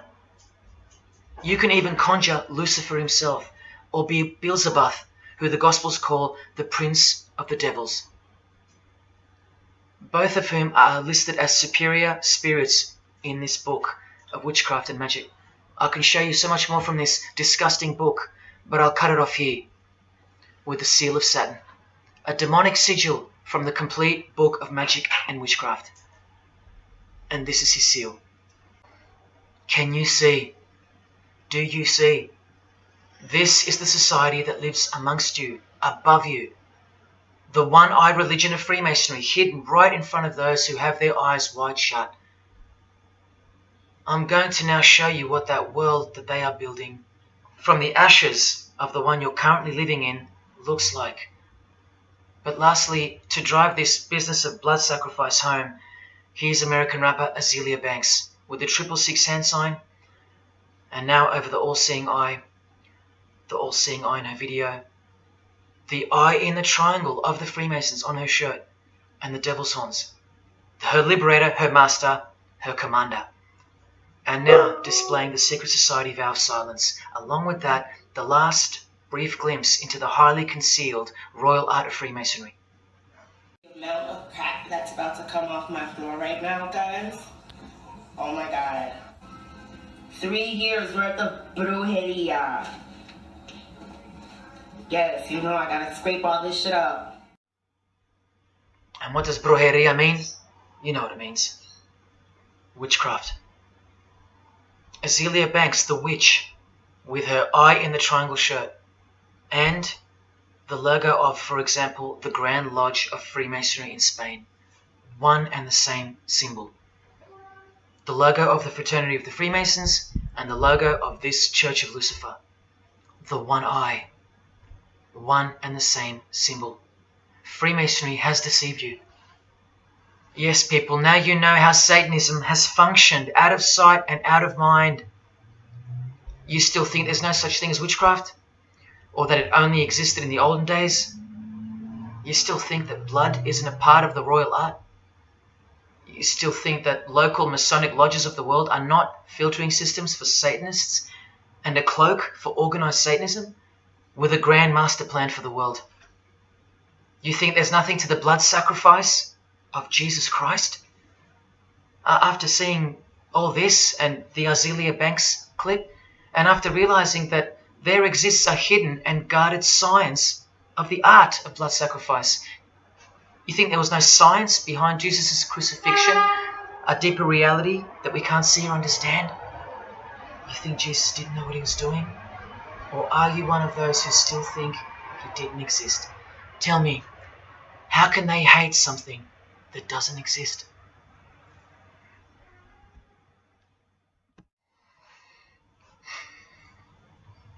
If only you could hear from some other Freemasons who have the courage to break their oaths. But you won't. You won't. This is probably it. But I once heard from a Freemason, an honest one, in about 2016, after I posted this picture on Facebook. He knew. He knew the truth. Just like you do now, or just like you should. And he wrote to me. And he said, by the time we are done, every church will be a brothel. Well, in case you think that that's impossible, this is a fashion show that was held in a church, a real church, and it was organized by high-ranking Freemasons, who you will see now to be Satanists.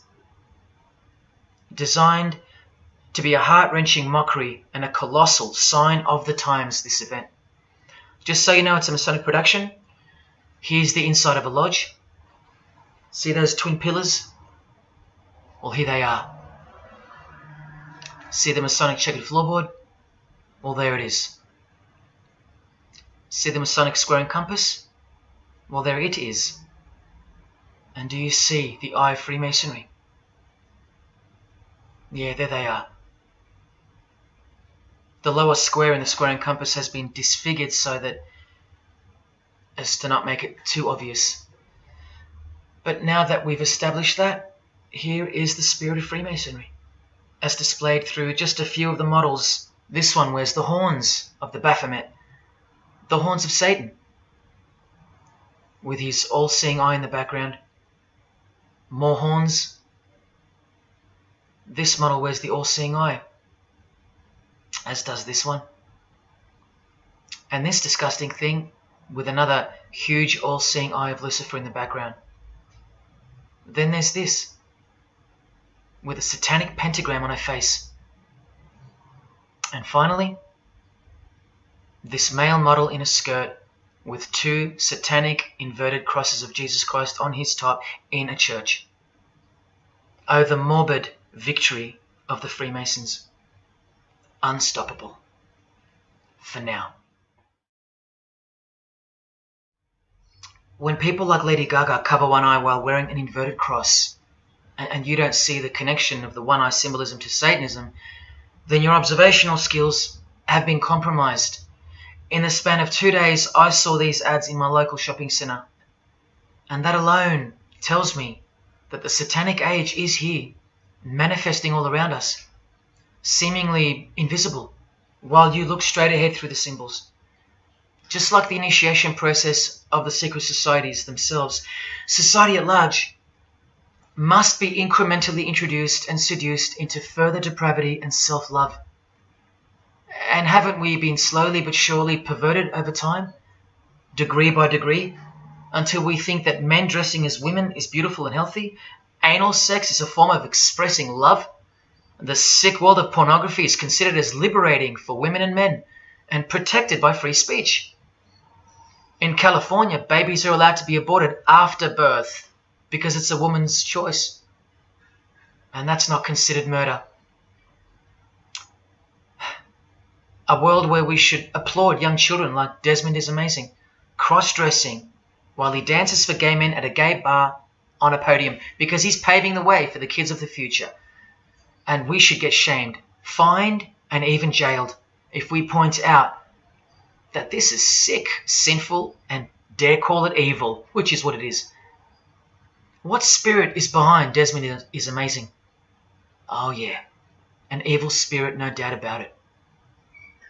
You think Freemasonry and their peculiar morals aren't behind the decline of Christian morality and morality worldwide? It's all by design. The Masonic war on Jesus and the Christian social structure, generally undetected by human perceptions, and still people will write to me and comment on how absurd what I've said is. A cloud over the eyes of their heart. Well, I tell you this, there is no bigger axe that has ever been grinded than the one Freemasonry grinds. Because the appearance of Jesus Christ pretty much destroyed their religion, drove it underground, and they will have their revenge. Soon you're going to see it. We've all been initiated into the lowest levels of materialistic Satanism under the banner of secular humanism. I know blokes who think that life's great, mate. Life's terrific. Life's what you make it. Evil, Lucifer, Satan, these are just words that Christians invented to help them sleep better at night. There are no cults.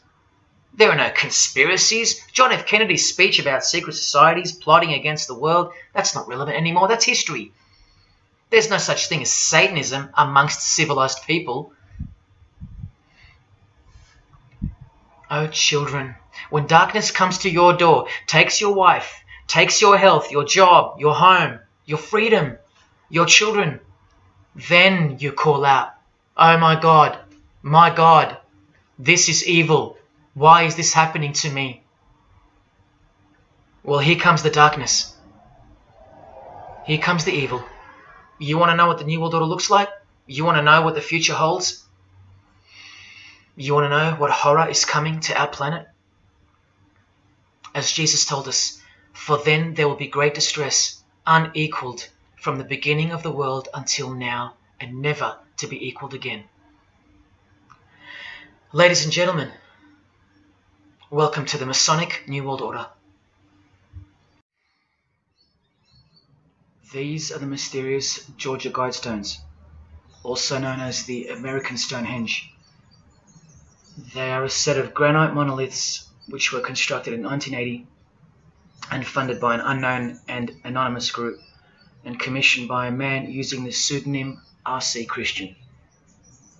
On a ledger beside the monument is written, "Let these be guidestones to an age of reason." Here we have a reference to a new age. With this, we get a clue as to the spirit behind the structure. The Age of Reason happens to be the title of a book by Thomas Paine. Now, you can colour him any which way you want to, but whichever way, one glaring colour shines through. Thomas was a hater of Christianity. That's the second clue to the spirit behind the Georgia Guidestones. The third is the fact that the Guidestones feature as what could be seen as a replacement to the Ten Commandments of the Christian God with the new Ten Commandments of the New Age. Because I will not steal, cheat, lie, kill, and so on. They're just, well, too narrow for the New Age, for the Age of Reason. Clearly designed to be a take on the biblical commandments, being 10 in number. They are all very vague indeed. But anyone can ascertain the horror that must first take place before this New Age can begin by looking at the first guideline.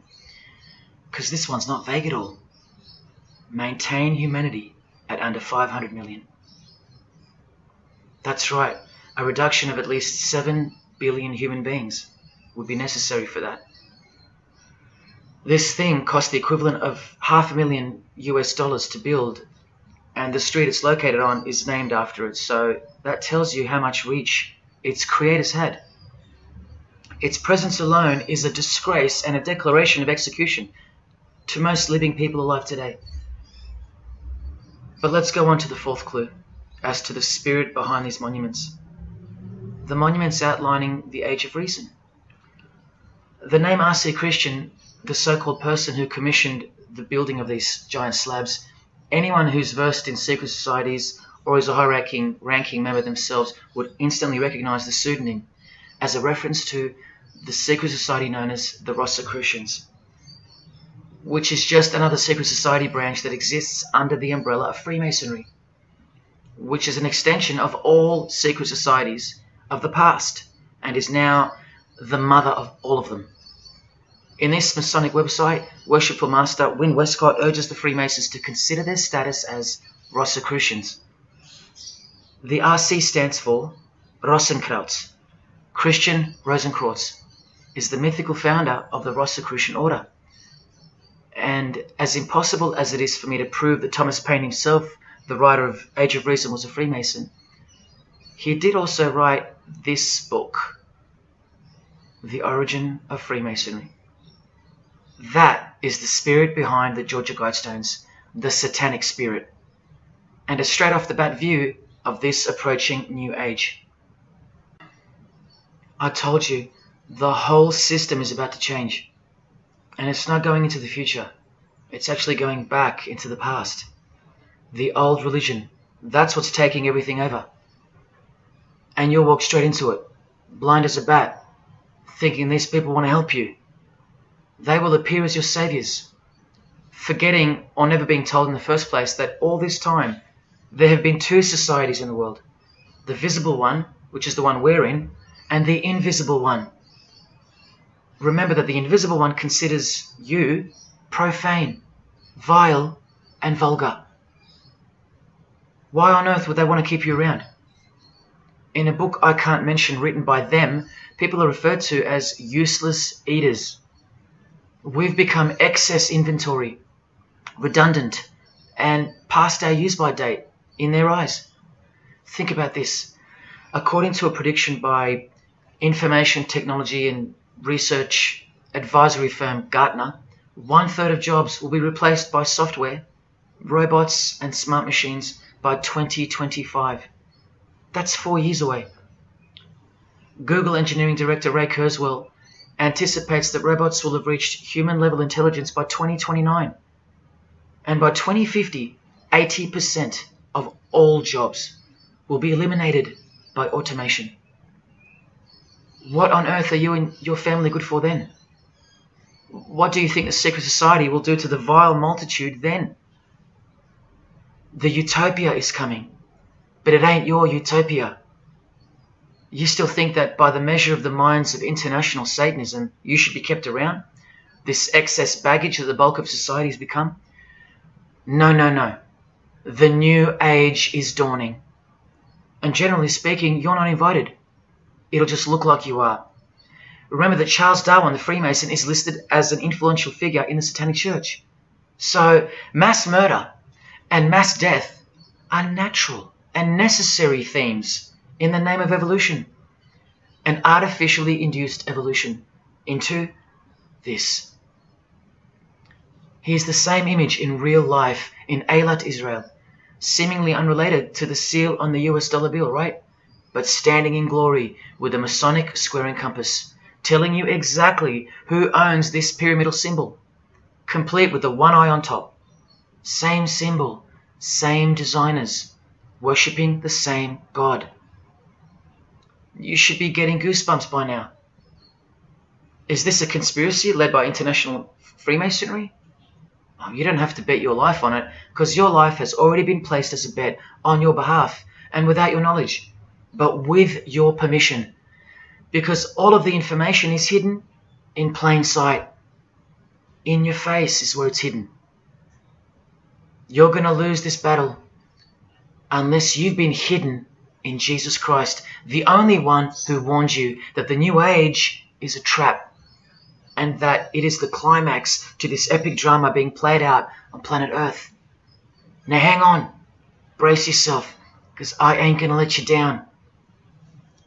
This is a magazine called The New Age, but if you press rewind, you can find its source. Supreme Council of 33 Degree, Freemasonry. This one stretches way back to 1922. See the twin pillars of Freemasonry? Look, this is 19th century Freemason and New Age pioneer Helena Blavatsky on the cover of this edition. She's the one who wrote that darkness is absolute light, and that Satan is the god of our planet, and that we are in hell. But do you think the readers of these magazines are told that? No. Darkness is sold as light. Satan is disguised, and it's him in the details. This Masonic New Age magazine was the precursor to all magazines and trends, promoting the great deception of self-love and spirituality. Meanwhile, you're feeding off the plate that Luciferians serve you. Look at how the Satanic Bible in 1966 reveals the reality behind the curtain. Evidence of a new Satanic age. A new age. The new Satanic age. All rigged and all propelled by Freemasonry. Satanism's magic cloak. After all, and I think you should have guessed by now that Anton Szandor LaVey, the founder of the Satanic Church, the one who vowed to help destroy Christianity, is himself a Freemason. I can't prove it to you, but I know it, because of not only his obvious fondness of the fraternity of the Freemasons and the mention of it in his Satanic Bible, and its vital role in the Satanic takeover, but also because of the symbols, specifically this one, generally called the Devil's Claw or the Lion's Paw. Freemason James de Rothschild displaying the Devil's Claw or the Lion's Paw. X-Factor's L.A. Reid showing the Devil's Horns next to fellow Freemason Avril Lavigne. The Secret Society sign for the Devil's Number, and displaying the Devil's Claw over and over. The better example is with New Age guru Annie Besant, co-writer of Lucifer magazine and 33rd degree Freemason, also showing the Lion's Paw here and here. But the best example I have is with Aerosmith, guitarist Joe Perry clearly displaying the sign of the Master of the Second Veil of the Freemasons, and right next to him, Steven Tyler, doing the Lion's Paw. Clearly both Freemasons, secretly showing their allegiance with symbols. And here's Anton LaVey displaying the same Masonic symbol. Yes, a Freemason founded the Satanic Church. Now that we know who's really behind the so-called New Age, listen to some of the confessions of the New Agers in their literature, once you scrape past all the talk of spirituality and love and rainbows. New Age author, feminist and hater of Christianity, Barbara G. Walker writes in The Woman's Encyclopedia of Myths and Secrets, a 666, 666, was the magic number of the triple Aphrodite. She further compliments the number when she calls it the miraculous number 666. Speaking of the New Age to come, PhD Christopher Hyatt writes in Undoing Yourself, as we moved closer and closer to the well-planned for and long-awaited invocation of the Prime Minister unto the very King of Hell, the Grand Vicar of Lord Lucifer. Yes, the very well-planned for and very long-awaited indeed. Do you see what's coming? Mr. Hyde also enlightens us in the fact that opposites do not exist apart from the mind. Evil and good are all in your head. That's why you should brace yourself, because these are the minds creating the New World System. He confirms this. The New Age will require new men, men of high consciousness and fortitude. All of our present dogma models will crumble. He means the Christian and the Christian social structure will crumble. In the introduction to the book, another PhD, Robert Anton Wilson, tells you what the New Age really thinks of the Christian social structure, which you have more or less enjoyed your whole life, Christian or not. Christianity and democracy have been among the worst disasters to ever befall the human race. I told you, atheists, you're going to miss Christianity when it's gone. Here's a picture of Robert with the Masonic eye in the triangle on the wall behind him. Remember where the term New Age came from. So once again, do you think that the new system, the New Age, is going to be democratic, a system that respects you or gives a damn about what you think once it's in place? Let me answer it this way. Christopher Hyatt quotes from one of his literary heroes and famed philosopher Friedrich Nietzsche, who said, "What is more harmful than any vice? active sympathy for the ill-constituted and weak Christianity. So to be a Christian and to actively have sympathy for the weak, that's the worst vice. That's backward and evil. So the answer is no. This is what I'm warning you about. And look, Frederick's work has exerted a profound influence on modern history. That's from Wikipedia. You know what else Frederick said? You probably won't find this on Wikipedia. The domestic animal, the herd animal, the sick animal man. That's the Christian. And what book of Friedrich Nietzsche were these quotes pulled from? The Antichrist. Nietzsche also wrote Beyond Good and Evil. That's how the all-seeing eye sees things, remember? So does Christopher Hyatt mention mass murder and depopulation in his book? Sure, here you go. Those who would survive can do so only by grasping the vision of what lies ahead. The new wave that will carry them into an interesting future. Yeah, where the vicar of Lucifer is God and Prime Minister. He openly admits the identity of this man. This Antichrist that most of you still think is a fairy tale figure from a fairy tale book. Jesus calls him the man of sin whose number is 666. The actual Antichrist, beloved of the secret societies. Yes, people, the New Age is satanic, actually and literally. On the front cover of this book, in which Christopher was co-writer, you can clearly see the eye in the triangle of the Freemasons above the Baphomet. Christopher admits in another book that both satanic cults and Christian fundamentalists are closer to seeing the truth than most normal people. Yes, indeed, how true that is. In Coming World Changes, Harriet and Homer Curtis speak of a prophecy they received from a mysterious spirit titled King of the World. Now, I wonder who that could be. Think not that any country in this broad world can escape. And they also speak of the long-expected great teacher, the king of the new one-world government. The victors will remain as the seed of the new race to people the new land, for the new sixth great race. This is the race that Luciferian Lady Gaga referred to. All part of the plan. In Threshold to Tomorrow, New Age author Ruth Montgomery writes on page 206 that only those open to the reality of one world will be around to enjoy it. Sounds like another vague suggestion for mass murder. Vera Elder Stanley's book title implies much the same thing. Initiation of the world. That's right, it's coming. You think Vera hasn't been initiated into the secret one-eyed religion? What else has she authored?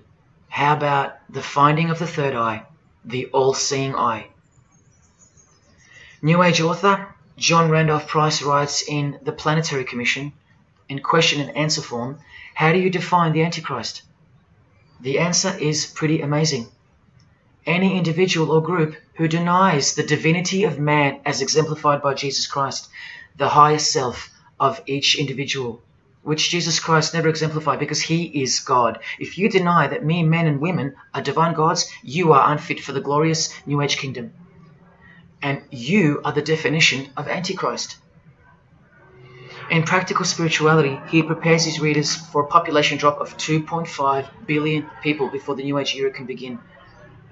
On page 32 of New Age author Barbara Marx Hubbard's book, Happy Birthday Planet Earth, she states that people will either change or die. That's the choice, she says. Notice the New Age has a new gospel, yet all the while, the world will be neglected of the information in the real Gospels, where it warns and predicts. For if someone comes and preaches another Jesus, not the Jesus whom we preached, or another gospel, you are most beautifully tolerant of them. In the Book of Knowledge, The Keys of Enoch, the writer has a quote-unquote direct experience with two spirits, Enoch and Metatron, and they share with the writer spiritually scientific teachings regarding the new system of things soon to be fully manifest. The reason this work is considered extra special amongst its readers is because it was the first book to point out the alignment between the Great Pyramid and the constellation of Orion. The first book ever. That's basically proof that these spirits, Enoch and Metatron, are the real deal. Not only that, it was also the first book to show the direct relationship between DNA coding and the divine name. That's pretty serious, and the atheists should be really waking up by now, because this is the world's most powerful and secret religion we're talking about, nothing less. The writer was told that those who govern the earth are those who have fallen from the heavens. He calls them the masters, and even states that they were punished with penalties that were assigned to each. These are the fallen angels of the Bible, people. These are the masters of the Masonic New Age, as proven here in one of the illustrations from the book. Same symbology. This worldwide catastrophe that is coming will bring about a complete reorganization of Earth's life system. And like all high-grade initiates of the secret societies, every attempt is made to bring positivity to the number of the Vicar of Lucifer. I was given instruction to use the specific light harmonics 666, 999, and 12, 12, 12. The spirits further inform the writer of the Keys of Enoch that the pattern 666 is used to identify you with respect to the earth's vibration. The number of the beast of the Book of Revelation of Jesus Christ is not only being glorified, it's manifesting in the world. And from another illustration from the book, once again, the same image we see being used over and over with the eye on top of the pyramid. This is the secret religion that encompasses us and has been influencing us for decades upon decades. 2 to 3 centuries, in fact. Just like the Gospels explain, this is an absolute counterfeit of the truth. Christ is mentioned everywhere, but not Jesus Christ. No, this is the Antichrist spirit, who will eventually manifest and appear to the world as one man. Doesn't sound so mythical anymore when you see that the enemies of Jesus Christ and those behind the New World System, they use biblical terms. And Christ, to depict the antithesis, the anti of the real Christ, their Saviour. And these spirits from the world we can't see are the ones who taught mankind the sick art of witchcraft. Look at who supplies this book online, sacredmagic.com. You know what magic really is and what it really entails now. So once again, you can see the connection, the relationship. If you still think that this phrase, New World Order, is a conspiracy theory, you're suffering from a medical condition. On the Lucius Trust website, the consultants to the European Union, you find the statement that the New World servers are occupied with the task of inaugurating the New World Order. In the same article, this shocking admission is made. 2/3 of humanity will stand upon the path at the close of this age, and with that, 1/3 will die, or to put it surreptitiously, will be held over for later unfoldment. That's the Lucius Trust, the word Lucius being the replacement for the word Lucifer, who works hand in hand with the EU, the European Union, stating that 2.5 billion human beings are planned to be killed off, all predicted by Jesus and only Jesus. And if you still think I'm joking or misleading you about what these people are and what they plan to do, here's a book written by the founder of the Lucius Trust, the Freemason Alice Bailey, Education in the New Age, where she, well, educates you about mass population reduction. When a form proves inadequate or too diseased or too crippled for the expression of that purpose, it is, from the point of view of the hierarchy, no disaster when that form has to go. Death is not a disaster to be feared. The work of the destroyer is not really cruel or undesirable. Do you see? Did you hear that? Through the all-seeing eye of Lucifer, the destroyer, for the purpose of the new world, death and mass murder isn't evil, it's good. And Alice Bailey in The Labours of Hercules also tries to re-educate us and protect that God-forsaken number, predicted in the Gospels to be associated with evil. The number of the physical plane activity is called the number of the beast. This idea seems to have a horrible fascination with many, but what it really means is that Virgo is the symbol of triplicity, 6 on the physical plane, 6 on the emotional plane, and 6 on the mental plane. not 666 at all. And one more time, from the consultants to the European Union, from their website Lucius Trust, to prove to you that these people are all working toward and waiting for the world leader. The coming of the Avatar and the advent of the coming one are the keynotes of the prevalent expectancy. After everything I've shown you, are you going to ignore this? Or worse, are you going to trust these people, of whom were predicted to this very condemnation 2,000 years ago? Right down to a one-world system, depopulation, and to the man who will carry the number 666, and with it implement a new system in which you won't be able to buy or sell unless you receive a mark in your hand or forehead. And what's just been announced by Business Insider? Cashless society. Due to this, by 2024. This is the manufactured trend for the world. And you better believe it's fulfilling biblical prophecy. You know that book that's been ripped out of schools and hysterically discredited? Why do you think there's a single eye displayed on all the covers of George Orwell's dystopian novel 1984? It's because the one-eye religion is the one in permanent control, where democracy and Christianity have been utterly extinguished, and the remaining population live in a whole new level of permanent communism.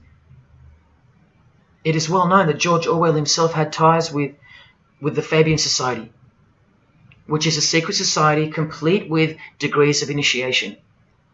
Tucked away neatly somewhere under the wing of Freemasonry, the Fabian Society's logo used to be this: a wolf in sheep's clothing, which is exactly what Freemasonry is. And it was a metaphor for gradually advancing socialism.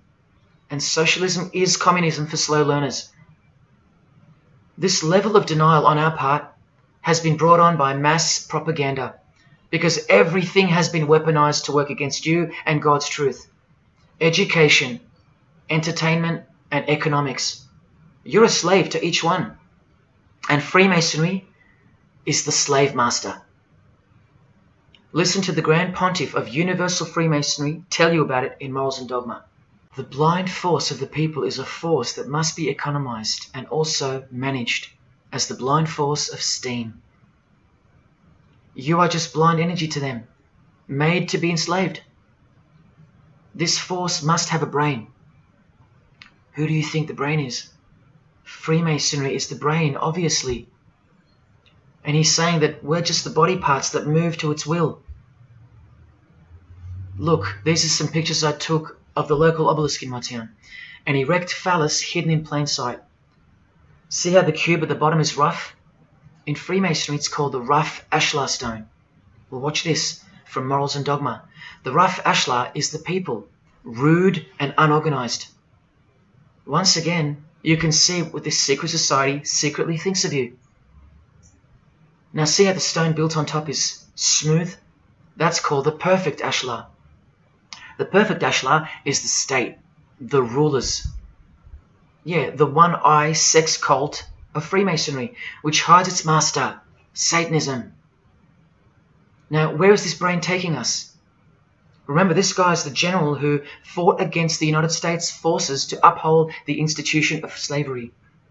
And the Grand Pontiff of Universal Freemasonry, who calls you the vulgar herd and the ignorant multitude, and admits that, yes, unbelievably so, Lucifer is the light bearer. This is the highest authority in Freemasonry, the secret religion of all our leaders and idols. Believe it. Now listen to this. The papacy and rival monarchies, all that will become the heritage of the temple, meaning the temple of Freemasonry. The world will soon come to us for its sovereigns and pontiffs. We shall constitute the equilibrium of the universe and be rulers over the masters of the world. They're gonna own it all. And it's true, the papacy and the monarchy have fallen into their hands. All Freemasons now. This is a 150-year-old book, so you can see how far ahead they plan, while we stay ignorant. How do you suppose that they won't achieve the New World Order? The New World Order of death. Of combined and systematic movement and effort, the great revolution prepared for by the ages will begin to march.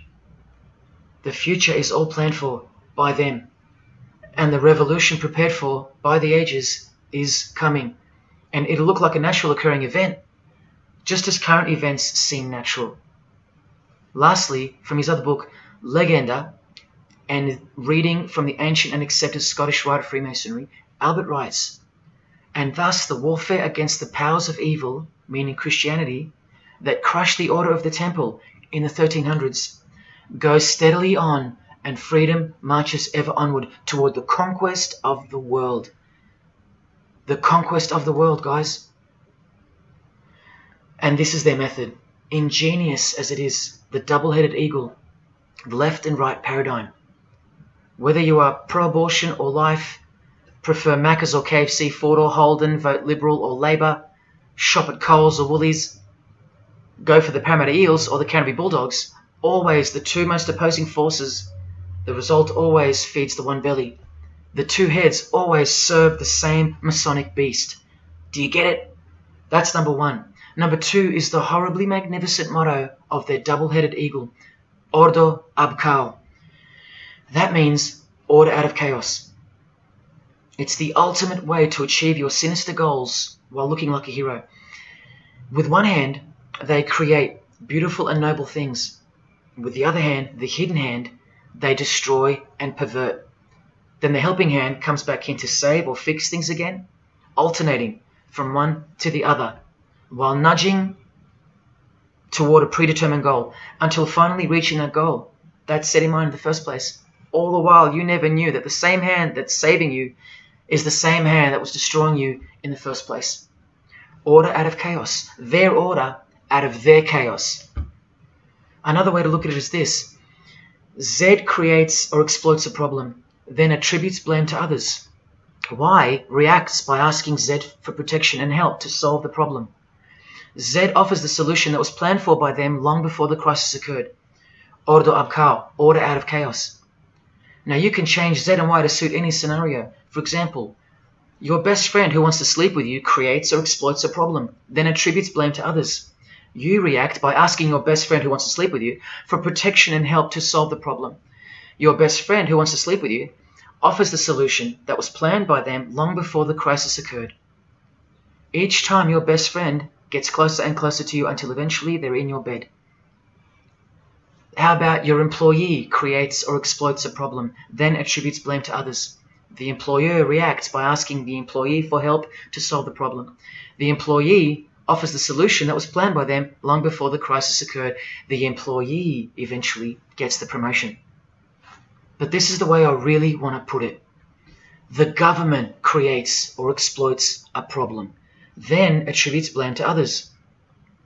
The population reacts by asking the government for protection and help to solve the problem. The government offers the solution that was planned by them long before the crisis even occurred. This is how the Great Revolution, prepared for by the ages by the Freemasons, will begin. So who's going to warn you? Even modern Christianity is steered by Freemasonry. Hillsong won't warn the sheep about Freemasonry and the One World Government. What, the Hillsong senior pastor who wrote these books and lives here? No chance. Did modern day Christian heroes like Billy Graham warn you about Freemasonry? Well, no, because here he is giving the Master Mason grip to other Christian giants like Paul and Jan Crouch, all Freemasons. Here he gives the same third-degree handshake to former President Harry Truman, and here to a Muslim Freemason. Billy is listed as a Freemason in the 33rd degree Albert Mackey's History of Freemasonry by the publisher on the inside flap. Billy's son, Franklin Graham, also won't ever expose Freemasonry because he's too busy eating at Voodoo Donuts, where they sell these donuts and these pentagram donuts. More Christian heavyweights like John Hagee or Hagee throwing up the devil's horns. He'll never preach against Freemasonry. Neither will all these world-famous pastors throwing up the devil's horns. The very popular Ray Comfort even stated that he wasn't a Freemason. Well, here he is, giving a perfect Masonic handshake with pastoral giant Joyce Meyer. Do either of them expose Freemasonry, or the fact that it's the driving force behind the One World Government, all predicted by Jesus? Of course not. What about Christian radio or the Christian music scene? No, not a single word of warning whatsoever regarding the satanic church that lives and breathes all around us. Freemasons like Bono, wearing the Christian name tag, his whole band of Freemasons. Bono too should know better than anyone that a one world government is a trap as foretold in the Bible. But Bono supports it. Oh yeah, he works for it. Just like the Masonic Pope does.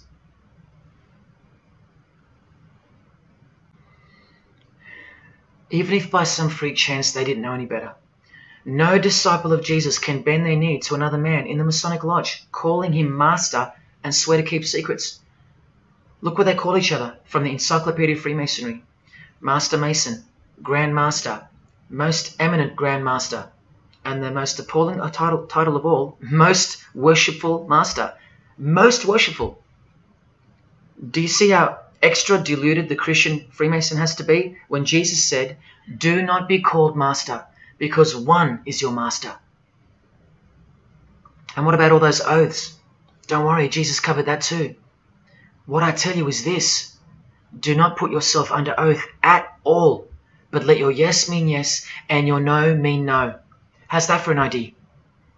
But the Freemasons' yes means no, because they all swear to lie and conceal from the first degree initiation all the way through. What is whispered in your ear, proclaim it from the rooftops. That's Jesus. You see the contrast? How precise he was and still is.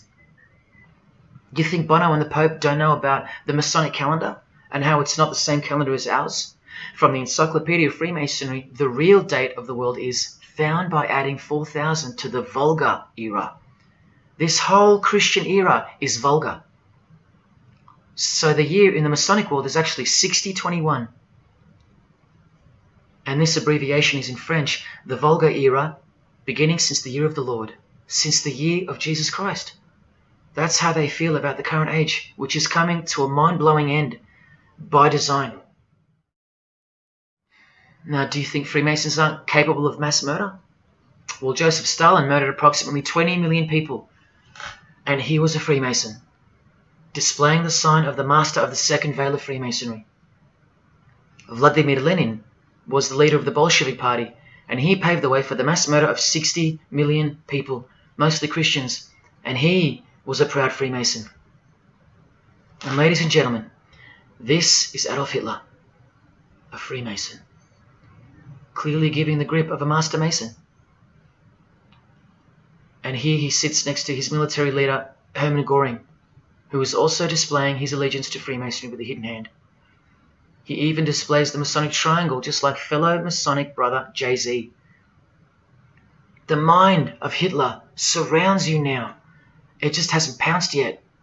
The mind of Hitler isn't isolated to some portion of the world anymore. It now encompasses you.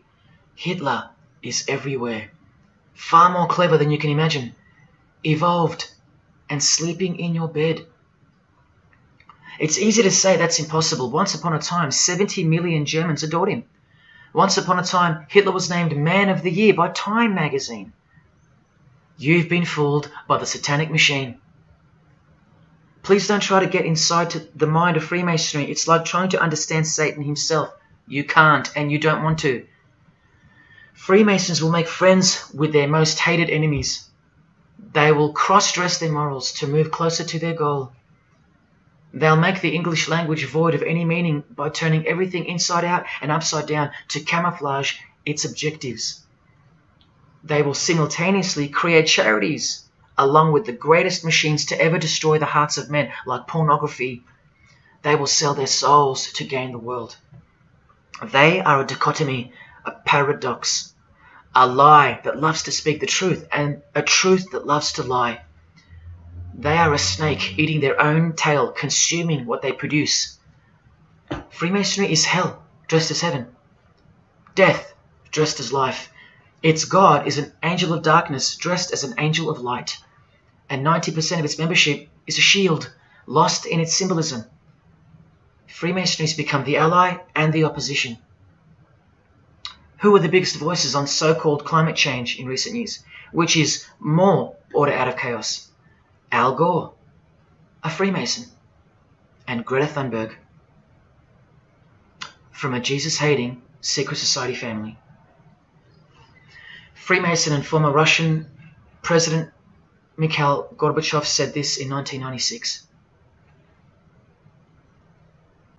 Yes, the whole world is under the control of the evil one, like the Gospels say. Freemasonry controls the opposition, with the most popular conspiracy theorists Alex Jones and David Icke both banned, yet both secretly Freemasons, who will lead you in every direction except into the arms of the ultimate power of the Gospels. Every noteworthy religion is comfortably caught in the Masonic net because they all stem from a lie. Here's the Dalai Lama with a bunch of Freemasons. He just loves hanging out with famous people. Here he's throwing up the devil's horns with Freemason Gene Simmons. But there's no way the Dalai Lama can be a Freemason, right? Well, here he is displaying the hidden hand of the Freemasons next to George W. Bush, a fellow brother. That's right, the Dalai Lama is a Freemason, under an oath of silence and sworn to secrecy. Are you going to wake up now? Here he is with his students in his temple. And what's behind him? This symbol. Can you see? The pyramid with the emanating eye on top, symbolized by a sun, which you know now is the phallus of the god of this world, shooting forth his generative light, his mystical sperm that gives life, and whose one eye transcends good and evil, both of which are just illusions of the mind. Understanding this comes by initiations, and yes, tantric initiations are used in Tibetan Buddhism. Gerald York was the Dalai Lama's emissary, his personal representative to the West, and he was personal friends with 33rd degree Freemason and Satanist Aleister Crowley, who wrote 20 essays named Aleister Crowley, The Golden Dawn, and Buddhism. And he also served as a consultant to the movie Lucifer Rising, the Dalai Lama's representative. See how the eye can also be represented by the sun, caught behind the moon in this movie poster. That's just like the Dalai Lama's logo. And here's a scene from the movie with the Masonic square and compass hidden in plain sight. Look at the symbol of Buddhism, and look at the floor inside every Masonic lodge, symbolizing opposites and equilibrium, which creates life, and where evil is not what it seems, it's necessary. Why do you think the New Age author Christopher Hyatt, who writes that the Grand Vicar of Lord Lucifer is soon to be crowned Prime Minister of the world, notes in that same book his appreciation of Nietzsche, the man who states that the Christian is the sick animal man, the Zohar, which is witchcraft, and Buddha. These are the people he appreciates. Why does he lump Buddha into the same basket? I'll tell you why right now. Because in his highest manifestation, the Buddha, seeing the illusionary world through the all-seeing eye, his third eye, would not interrupt a rape if he happened to walk by, so as to stay detached from the karmic cycle. Whereas Jesus, knowing everything and more than the Buddha, would sacrifice himself, because he was born to destroy evil, not transcend it. So tell me, who would you rather have walk by if you were being raped? A transcendental meditator or Jesus Christ? Whatever you think of me, you will have to reconcile the fact that all the leaders of the world, from Scott Morrison to the Dalai Lama, belong to the very same secret society as Adolf Hitler did, Freemasonry. The secret religion no one speaks about, for good reason, and by good I mean very, very evil. What do you think is going on here? I've told you almost exactly what's going on. We're in a lot of trouble, because in the land of the blind, the one-eyed man is king, and Hitler, Stalin, and Lenin combined will be child's play compared to what's just ahead. Now here's a point-blank picture of the future and the reality of their most brutal truth from the 33rd degree Freemason Aleister Crowley's The Book of the Law. We have nothing but the outcast and the unfit. Let them die in their misery. Compassion is the vice of kings. Stamp down the wretched and the weak. This is the law of the strong. Do you see? Can you see the future yet? Now please pay attention from his other book, Magic in Theory and Practice. This is what all the degrees of initiation are for. And this is what it takes for them to create the New World Order. he speaks of the initiation in the true order of the Rosy Cross. Rosy Cross being another name for the order of the Rosicrucians. Remember the guys that built this? Now this is a 33rd degree Freemason speaking. It is extremely desirable that he should have attained an absolute degree of moral emancipation. That is purity of spirit and perfect understanding. I've shown you this over and over. Because the world is full of evil, they mimic the morals of nature, because they are the true morals of the true God of this world. That's purity to them. That's true honesty and perfect understanding. Evil is good. That's the moral emancipation he's speaking of. Now watch this and brace yourself, because this is the future. There is a magical operation of maximum importance, the initiation of a new eon. When it becomes necessary to utter a word, the whole planet must be bathed in blood. This bloody sacrifice is the critical point of the world ceremony of the proclamation of Horus, the crowned and conquering child, as Lord of the Eon. I've shown you that secret societies participate in the science of blood rituals. Well, this is what it climaxes into, a massive blood ritual in the name of the new Eon, the new age, which revolves around a divine plan not of this world, as confessed by all of them. You are not who you think you are. You are not where you think you are. Do you see it? Can you fathom? And what blood means in this world? So much more than what you may have known before now. Blood sacrifice is of the utmost importance. It's what the beings in the other realm require, desire. We can't fully understand it. But do you see how the blood sacrifice of Jesus Christ takes on a whole new meaning now? A very real meaning. And guess what? Because of it, the good guy really does win in the end. You either fall under the blood of the world or under the blood of him. There is no middle ground. Blood is like the monetary currency of the spirits. And that's how God bought us back from the legal ownership of the ruler of this world with blood, his own blood. Now you can begin to understand why they hate him so much. Because that's why he was born into the world of flesh, to produce blood of his very own. Not by means of perishable things were you set free once and for all, by the payment of ransom money, but by costly blood, by the one who was visibly manifested at the closing years of the times, for your sake. That is the truth. Do you think it's just a coincidence that this is the last age before the long planned for new order of the ages? That's ages, plural. That means forever. That's the plan. That's why the Gospels say that he was visibly manifested at the closing years of the times, at the end of this last age. In the book 1984, George Orwell told us, if you want a vision of the future, imagine a boot stamping on a human face forever. I've shown you that this so-called New Age is in actuality a new satanic age.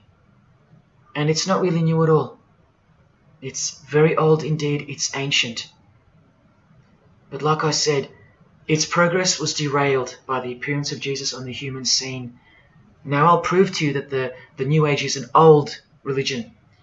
Novus Ordo Seclorum is part of a quotation taken from the Roman pagan philosopher Virgil's fourth eclogue, which was borrowed by him from the Sibylline records, which were ancient prophecies delivered by an oracle through witchcraft or divination. That's where the phrase Novus Ordo Seclorum comes from. Now look at what the full phrase actually says. A mighty order of ages is born anew. Both the prophetic virgin and Saturnian kingdoms now return. Now a new progeny is led down from the lofty heavens. Favour, chaste Lucina, the boy soon to be born, in whom the Iron Age shall come to an end, and the Golden One shall arise in the whole earth. We've just been told that the New Age is a Saturnian kingdom, which returns, so it's been here before. Next we see that a new progeny, meaning a new seed, a new race, there's that race again, is coming to earth. And that a boy will be born, who will bring the Iron Age, which is the age we're currently in, to an end. And that the Golden Age, the New Age about to begin, will again arise over the whole world. Now, what is the Saturnian kingdom? Well, for starters, this is a band called Saturnian Mist. And here on their front cover, we have a reference to magic. Then we see by the singer's shirt, they're Satanists. Then with his other shirt, we see the connection once again between the inverted pentagram of Satanism and the one eye of Freemasonry, the secret religion of the who's who of planet Earth. Freemason and Satanist Marilyn Manson has a song called Saturnalia, and on a satanic website on ritual offerings for demonic bindings, we find that Satan is Saturnian in nature. Here on the front page, we see the inverted pentagram under the head of the Baphomet, and right next to it, a version of the square and compass of the Freemasons, of which a lodge is located near a suburb near you, no matter where on earth you live. The Satanic Church hidden in plain sight. Now let's go straight to the source so you can see for yourself the nature of the New Age Saturnian kingdom found in the full quote of the Freemasons' New World Order seal. From this book, which is a factual study of the single most influential occult organization in modern Germany, the Fraternitas Saturni, or the Brotherhood of Saturn. We learn of the path of the Saturnian initiate, which is outlined in detail with the meaning of all 33 grades, 33 degrees of Freemasonry. This is the very same thing, the same objectives. All secret societies work for the same goal because they all have the same spirit. The only difference between Freemasonry and this Saturnian fraternity is that your local Masonic lodges are veiled and camouflaged filtering systems for future Satanists, from which all influential figures of society are chosen, where the real religion begins at the 33rd degree. Whereas with orders like the Saturnian Brotherhood, there is no filtering system.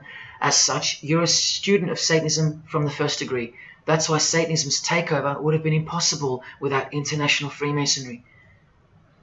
The Saturnian teachings include sexual mysticism, sex magic, and Nietzschean Thelemism. Nietzsche, remember the guy who says that Christians and the mindset to help the weak makes up the sick animal man?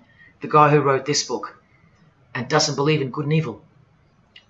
And Thelemism from 33rd degree Freemason, who says that in this book that to initiate the New Age, the whole world must be bathed in blood in a bloody sacrifice before man can accept the law of Thelema. Nietzschean Thelemism. That's what the New Age Saturnian kingdom, from which the Freemasons took this phrase from, actually looks like. This factual study on the Saturnian Brotherhood is filled with references to Lucifer, Satan, magic, sex magic, blood, sacrifice, the number 666 as mentioned by Jesus Christ himself, and of course, Freemasonry. The secret society that all of our politicians and entertainers belong to. And what's the demonic sigil for Saturn? The Masonic square and compass. Are you going to snap out of it now? When you see a beautiful sunrise and smell the fresh air, or hear a great song, or see a great movie, are you going to forget where you really are? When you hear people using Jesus Christ's holy name as a cuss word, are you going to forget where this phenomenon really came from and why it's taking place? Now that you've seen how actual and bona fide the reality of 666 is from their own mouths and symbols, let me show you where else it's revealed. Do you see these Roman numeral numbers down here? They add up to 1776, the year that America officially became the country we know of today. And also the year of the birth of another secret society, which was absorbed into Freemasonry after it was banned in 1785. But look, the base numbers. M is 1,000, C is 100, and X is 10. All you have to do is subtract the base numbers. 1776 minus 1,000 minus 100 minus 10. Or simply remove the Roman numerals which represent the base numbers. No, I'm not playing tricks on you. Neither are your eyes. But someone else is.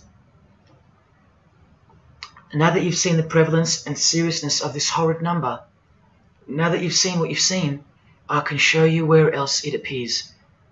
this figure is represented by the numbers. To make this work, they had to remove the number 1 altogether and separate the 2. Of course, we'd be too dumb to pick up on it. But 789 minus 456 is this, multiplied by this lonesome 2. That's right.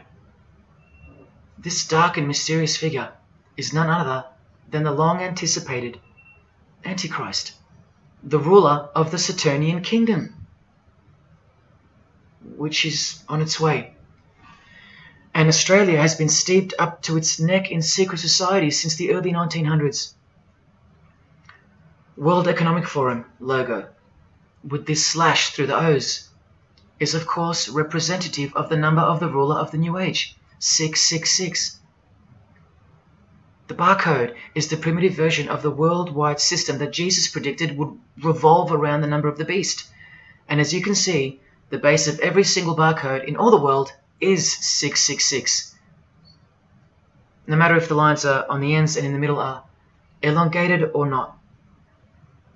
I found that out from the horse's mouth in an interview with the man who was commissioned by IBM to come up with a new way to automate data collection. There are in fact 3 6s in the Google logo, which comes from this occult symbol. Coincidence? And he found in a Masonic lodge the square and compass symbol appears in the middle of a hexagram, which is a symbol used in the royal art of Freemasonry, witchcraft, as shown in this book. Well, among other things, the hexagram itself can be broken down to quite clearly represent 666. This is a Masonic square and compass designed by the Manal Masonic Lodge, symbolizing world unity. Up the top you find the logo of the United Nations.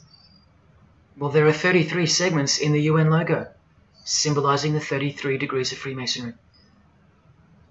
See this crop circle here with the Masonic eye on top of the pyramid?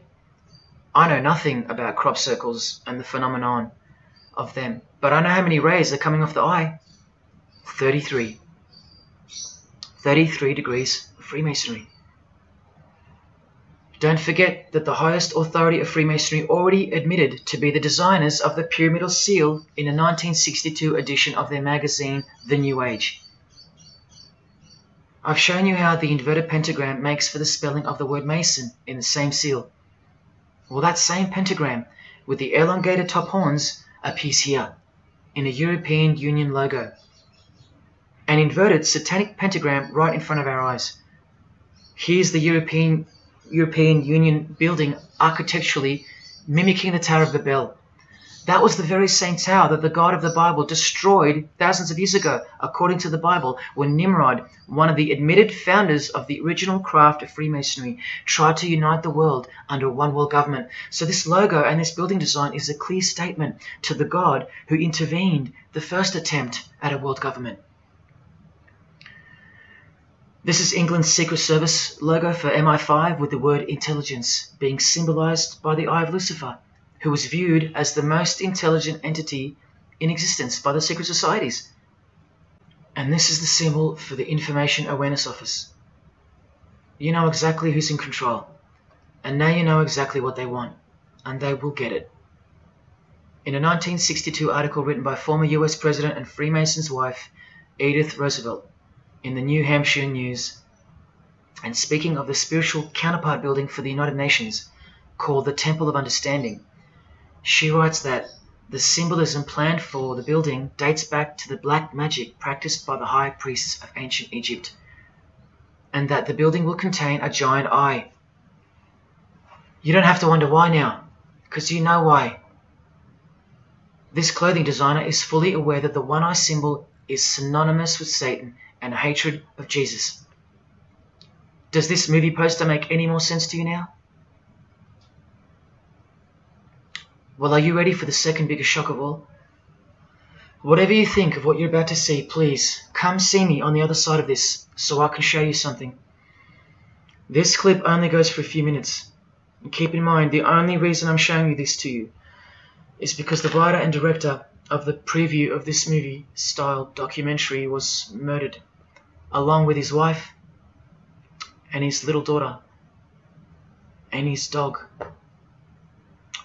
all before the production could begin.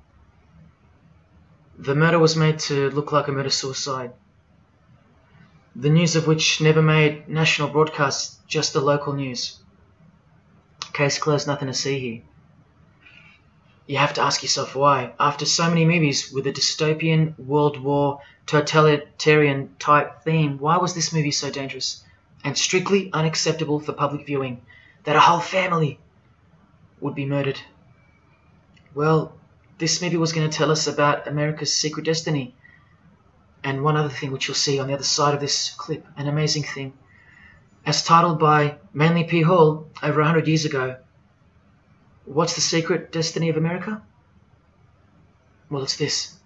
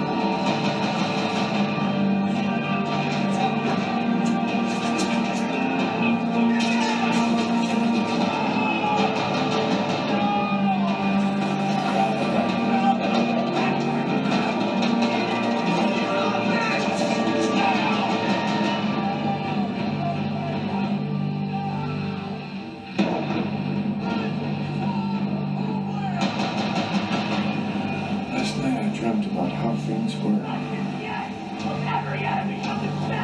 I woke up here.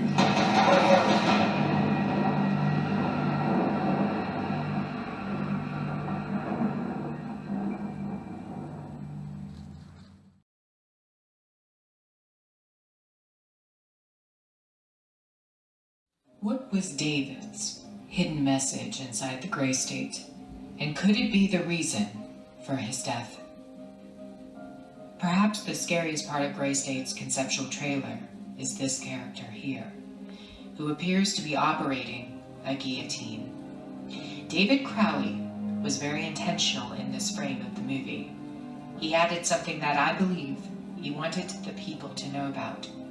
Who is the identity of this executioner? If you look closely, you will see that this terrifying character is wearing something around his waist. It appears to look like an apron. The executioner wears a Freemason apron, complete with the all-seeing eye, the compass, and the two pillars. I do believe David Crowley is trying to tell us something. He is telling us that the organization behind the French and American revolutions, the organization behind the Italian Revolution of 1830, the organization that outlined a plan to overtake the Vatican in a document called the Alta Vendita, the organization behind the Trail of Tears and the deaths of thousands of Native Americans under Freemason Grandmaster Andrew Jackson, the organization behind the Ku Klux Klan in the United States post-Civil War and its rebirth in 1915, the organization behind Hiroshima and Nagasaki during 33rd degree Freemason Harry Truman's presidency. These are men with a radical revolutionary agenda throughout the entire world because they worship and follow a radical revolutionary deity. The first to have led a revolt against the Most High Lord.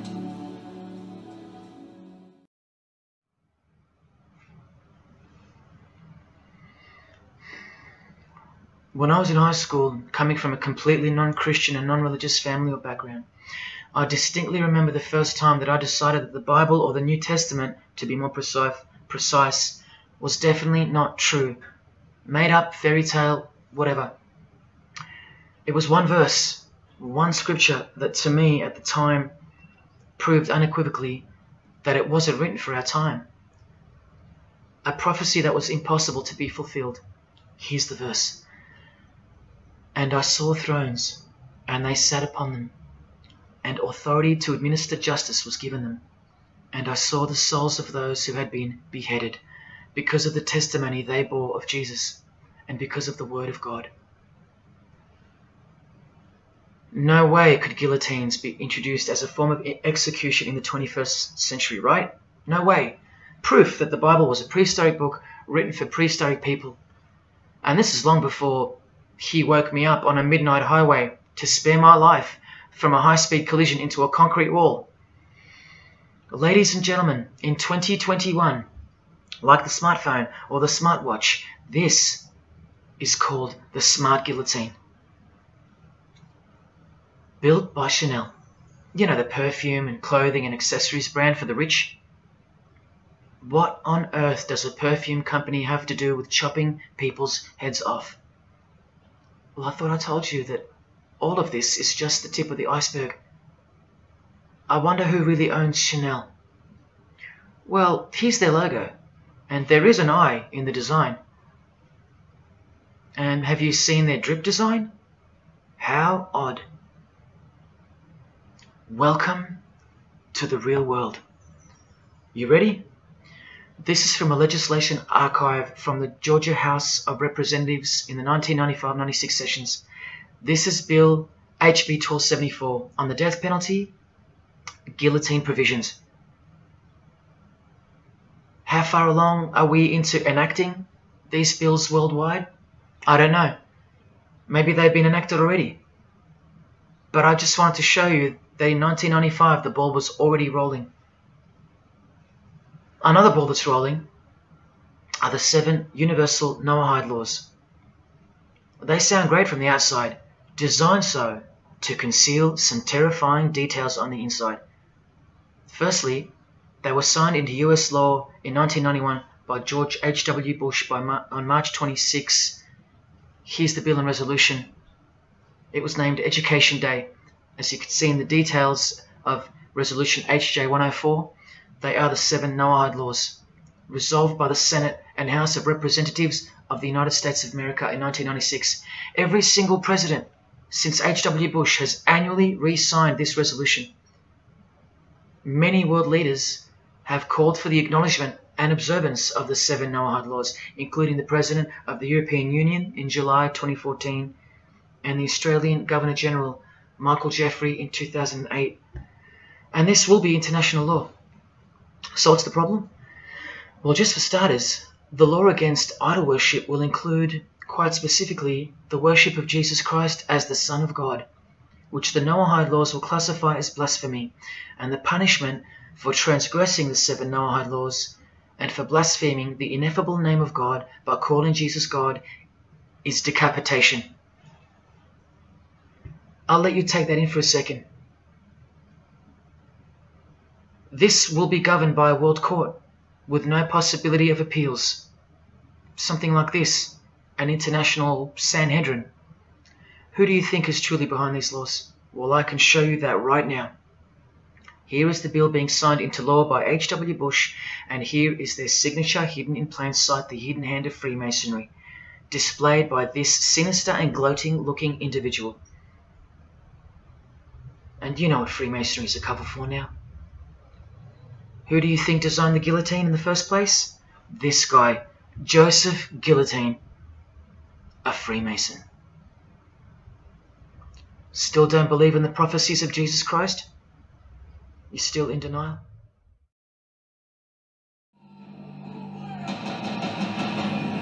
Last night I dreamt about how things were. And I woke up here.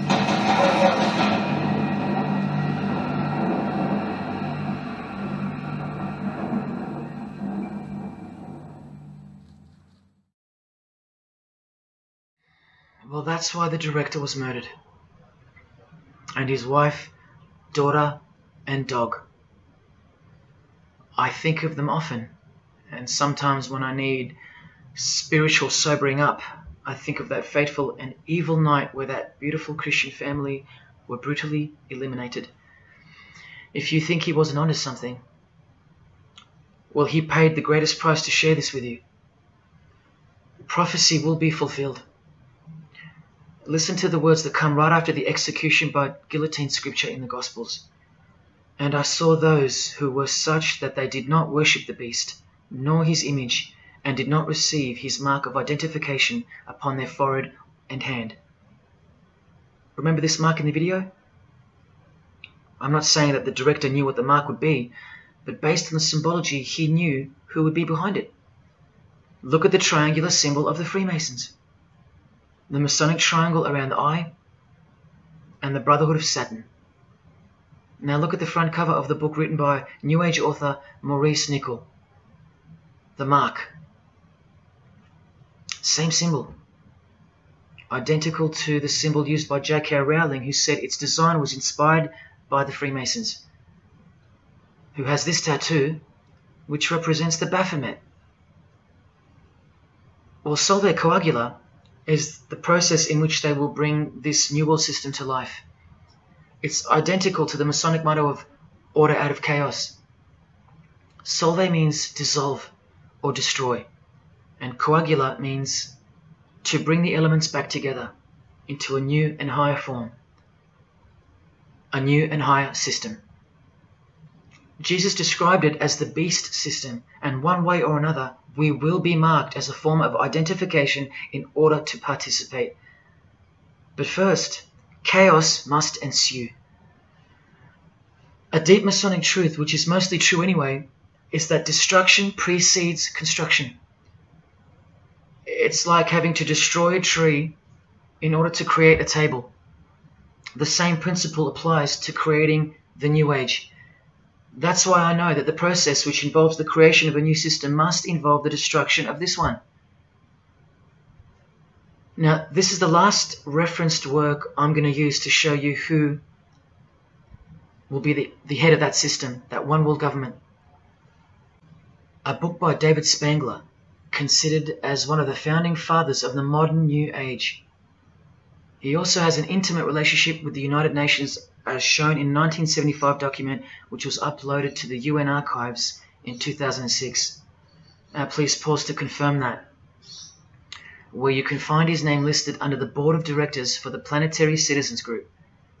In his book, Reflections on the Christ, David Spangler, remember, one of the founding fathers of the New Age, and a member of the Board of Directors in a United Nations sanctioned program, repeatedly upholds and honors the entity known as Lucifer.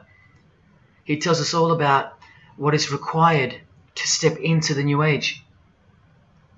Well, mainly, what's required is a new understanding of the angel Lucifer. He writes that when this great project of evolution began, man went forth as consciousness to learn his divinity, and Lucifer went with him. It is important to see that Lucifer, described as an angel, a being, a great and mighty planetary consciousness. He says that, just like in Halloween and trick or treat, if the person offers a treat to Lucifer who knocks on his door, And the person says to Lucifer, "Come in, and I will give to you the treat of my love and understanding, and I will uplift you in the light and presence of the Christ." Christ meaning my outflow. Then Lucifer becomes that being who carries the ultimate treat, the light of wisdom. Lucifer represents experience. Lucifer is literally the angel of experience. The Luciferic element becomes the true revealer of light, the angel of light. The light that reveals to us the path to the Christ comes from Lucifer. The Christ that he refers to obviously is the Antichrist spirit, who will eventually manifest on earth as one man. But for some odd reason on page 60 he feels compelled to clarify that he was only joking once when he said maybe to enter the New Age we all need to take a Luciferic initiation. Well, that's definitely no joke. That's right, Lucifer is the savior of the secret societies. The solar system was the manifestation of the consciousness of a very great being known as the Solar Logos. And if we go back to the secret society of the Brotherhood of Saturn, we read that mankind will be able to take a measure of egocentric power from the Solar Logos. In this way, Lucifer is the savior of humankind.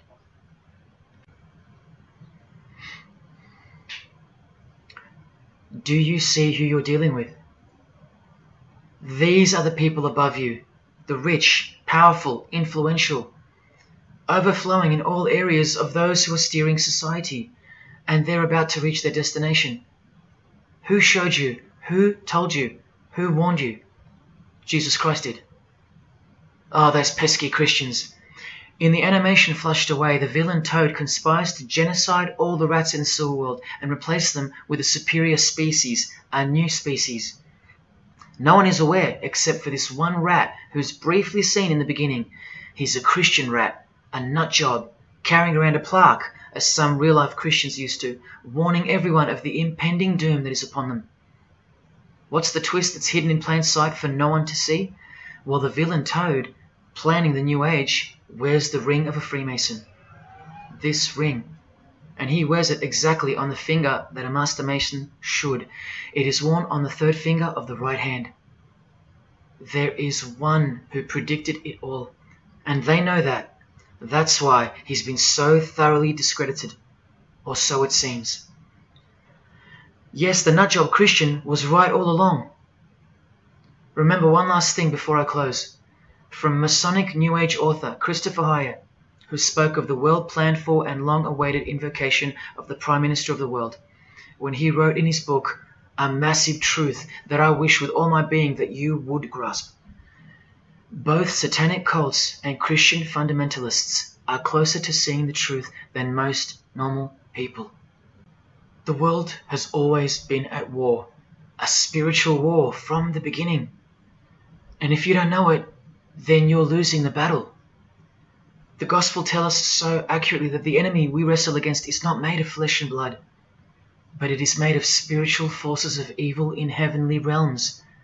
That's where the real war is being waged, in the spirit. And now that we know what secret societies are and what they've tapped into, we can rest assured that that statement from the Gospels is true. That's why the common denominator between all of the secret societies is the anti-Christian sentiment. You need to ask yourself why. Why the negative obsession with Christianity? It's not as if Christians run the game. Freemasons have banned Bibles from schools. They teach evolution as a fact. Pornography is thriving. There are no Christian protesters left. Homosexuality is rampant and protected, and Christianity is buckled. Which church preaches against Freemasonry? Which church is telling you about Satan and his hidden church, which has permeated every vein of society? So why do they hate Jesus if they're at the top of their game? Because Jesus Christ is real, that's why. And he left us prophecy that they can't escape.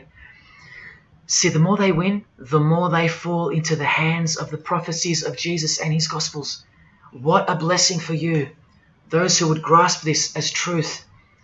What good news for you, and what a terrifying conundrum for them. If you've come this far, and you still don't care, or still unwilling to trust, then you deserve what's coming, as a law of nature. because you've been warned of all of it. The one world government clearly on its way. Cashless society, inevitable. The mark that each person will receive, without which you won't be able to buy or sell or participate in this world. And the manifestation of the name, the number of the name of the one who will implement this system. 666. All of it is coming to pass.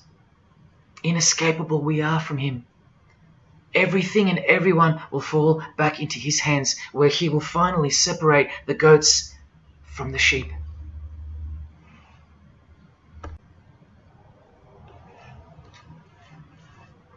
Now watch the Bible destroy Freemasonry like no other book in 2 minutes. Regarding their lodges and obelisks, their heart is faithless. Now they must bear their guilt. The Lord will break down their altars and destroy their sacred obelisks. And speaking of the bloodline that gave birth to Jesus, God says, "You shall not set up for yourselves a sacred pillar, which the Lord God hates." See what you're up against, Freemasonry? While Freemasonry meets and speaks in darkness and secret, Jesus said, "I have spoken openly for all the world to hear, and in secret I've said nothing." Freemasons are known as builders. Well, the stone which the builders rejected has become the cornerstone. Everyone who falls on that stone will be dashed to pieces. Anyone on whom it falls will be crushed. Every Masonic lodge is built so that all the members face the east. Who are these men with their backs toward the temple, facing the east and worshipping the sun? It is detestable. Freemasonry does evil in secret with their hidden hand, but they blow a trumpet over the hand that does good. But Jesus says, "When you give to the needy, do not let your left hand know what your right is doing. Your good deed must be in secret, and your Father who sees what is done in secret will reward you." You can't become a Mason if you're broke, blind, maimed, or have a criminal record. Jesus said, "But when you give a banquet, invite the poor, the crippled, the lame, the blind." Freemasonry takes pride in its secret rituals and is hungry to rule the world. The Gospels say that their destiny is destruction. They make appetite their God. They take pride in what should bring shame. Their minds are set on earthly things. Freemasonry believes that the light is but darkness visible. The Bible says, "Woe to those who call evil good and good evil, who put darkness for light." And Jesus further said, "If therefore the light which is in you be darkness, how great a darkness that would be." Freemasons spend their whole lives taking gruesome oaths of secrecy. Jesus said, "But above all things, my brethren, stop the practice of putting yourselves under oath." Freemasonry is built upon a hierarchical system, a pyramidal system. Jesus said, "For everyone who exalts themselves will be humbled, and whoever humbles themselves will be exalted." We could go on and on, but we're going to end on this one. Exclusively written for the practices in the lodge room of political Freemasonry. A troublemaker and a villain, who goes about with a corrupt mouth, who winks with his eye, signals with his feet, and teaches with his fingers, who plots evil with deceit in his heart. He always stirs up conflict. Therefore, the disaster will overtake him. He will suddenly be destroyed. That is Freemasonry through and through. And apart from the man in the mirror, prior to your baptism of the Holy Spirit, Freemasonry is the villain. They do go about with a corrupt mouth as they are sworn to secrecy. They do proverbially wink with the eye, making the one eye. They most certainly signal with their feet and teach with their hands and fingers. In the lodge, I can vouch. And they do plot evil, stir up conflict, in order to further their goal of the New Age and the New World Order, the greatest conflict being up ahead. But thank God Almighty above, the verse also tells us that disaster will overtake them, and they will be destroyed. One frightful and glorious day, you can count on that. Because the only thing you can count on in this world, more than death, more than taxes, is the Son of God.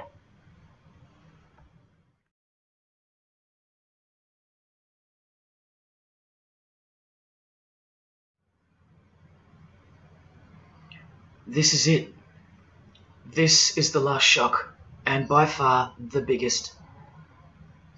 If you ever needed intellectual proof that Jesus Christ is real and living right now, this is it.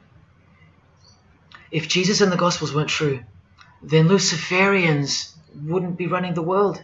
Atheists would, or some other version of modern man. Anyone, but not Satanists, not the passionate enemies of Jesus.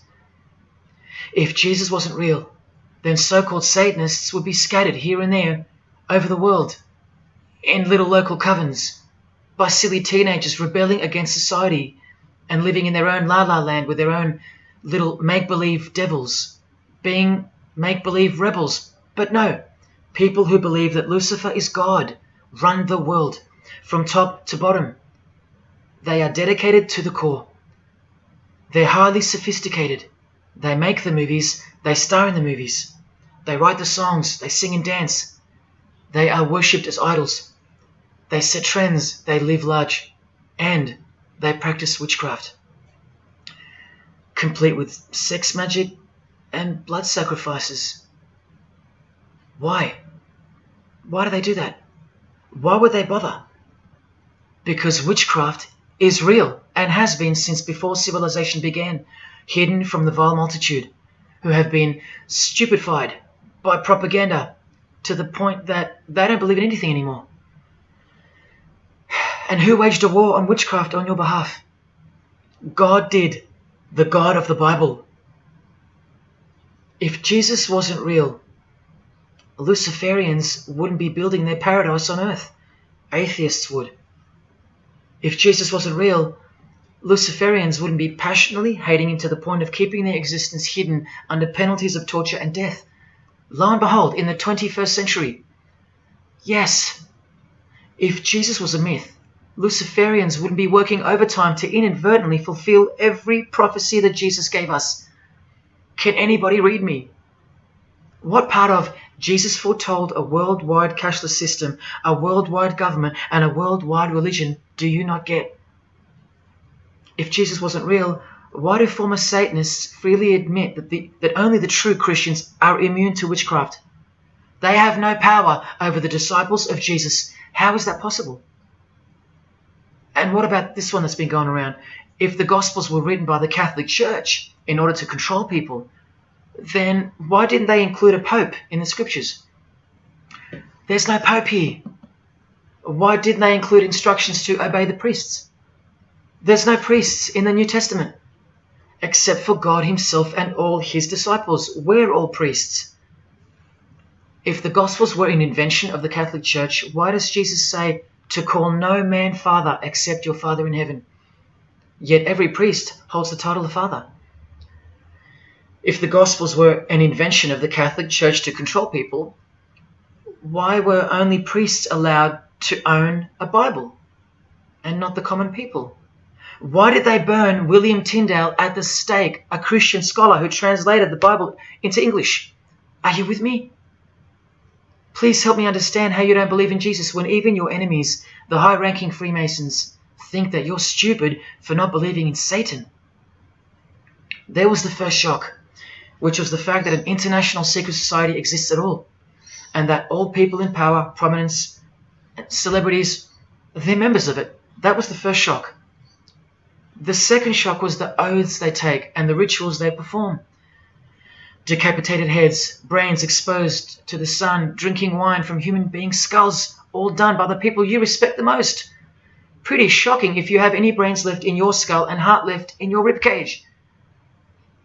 The third shock was the reason they took the oaths and performed the rituals. And that reason is that the secret society they all belong to is in fact Satanism. The fourth shock was the details of witchcraft and the details of the new satanic age, the Saturnian kingdom, where billions are planned for death to pave the way for a spiritual and technological utopia. But do you know what the biggest shock of all is? The shock that surpasses all of them combined. It's Jesus.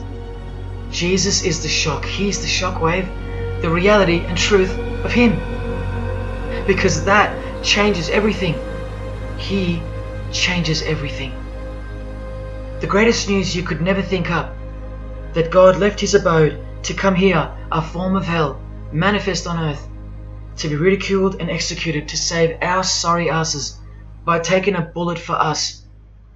Don't worry, his second coming won't be so sacrificial.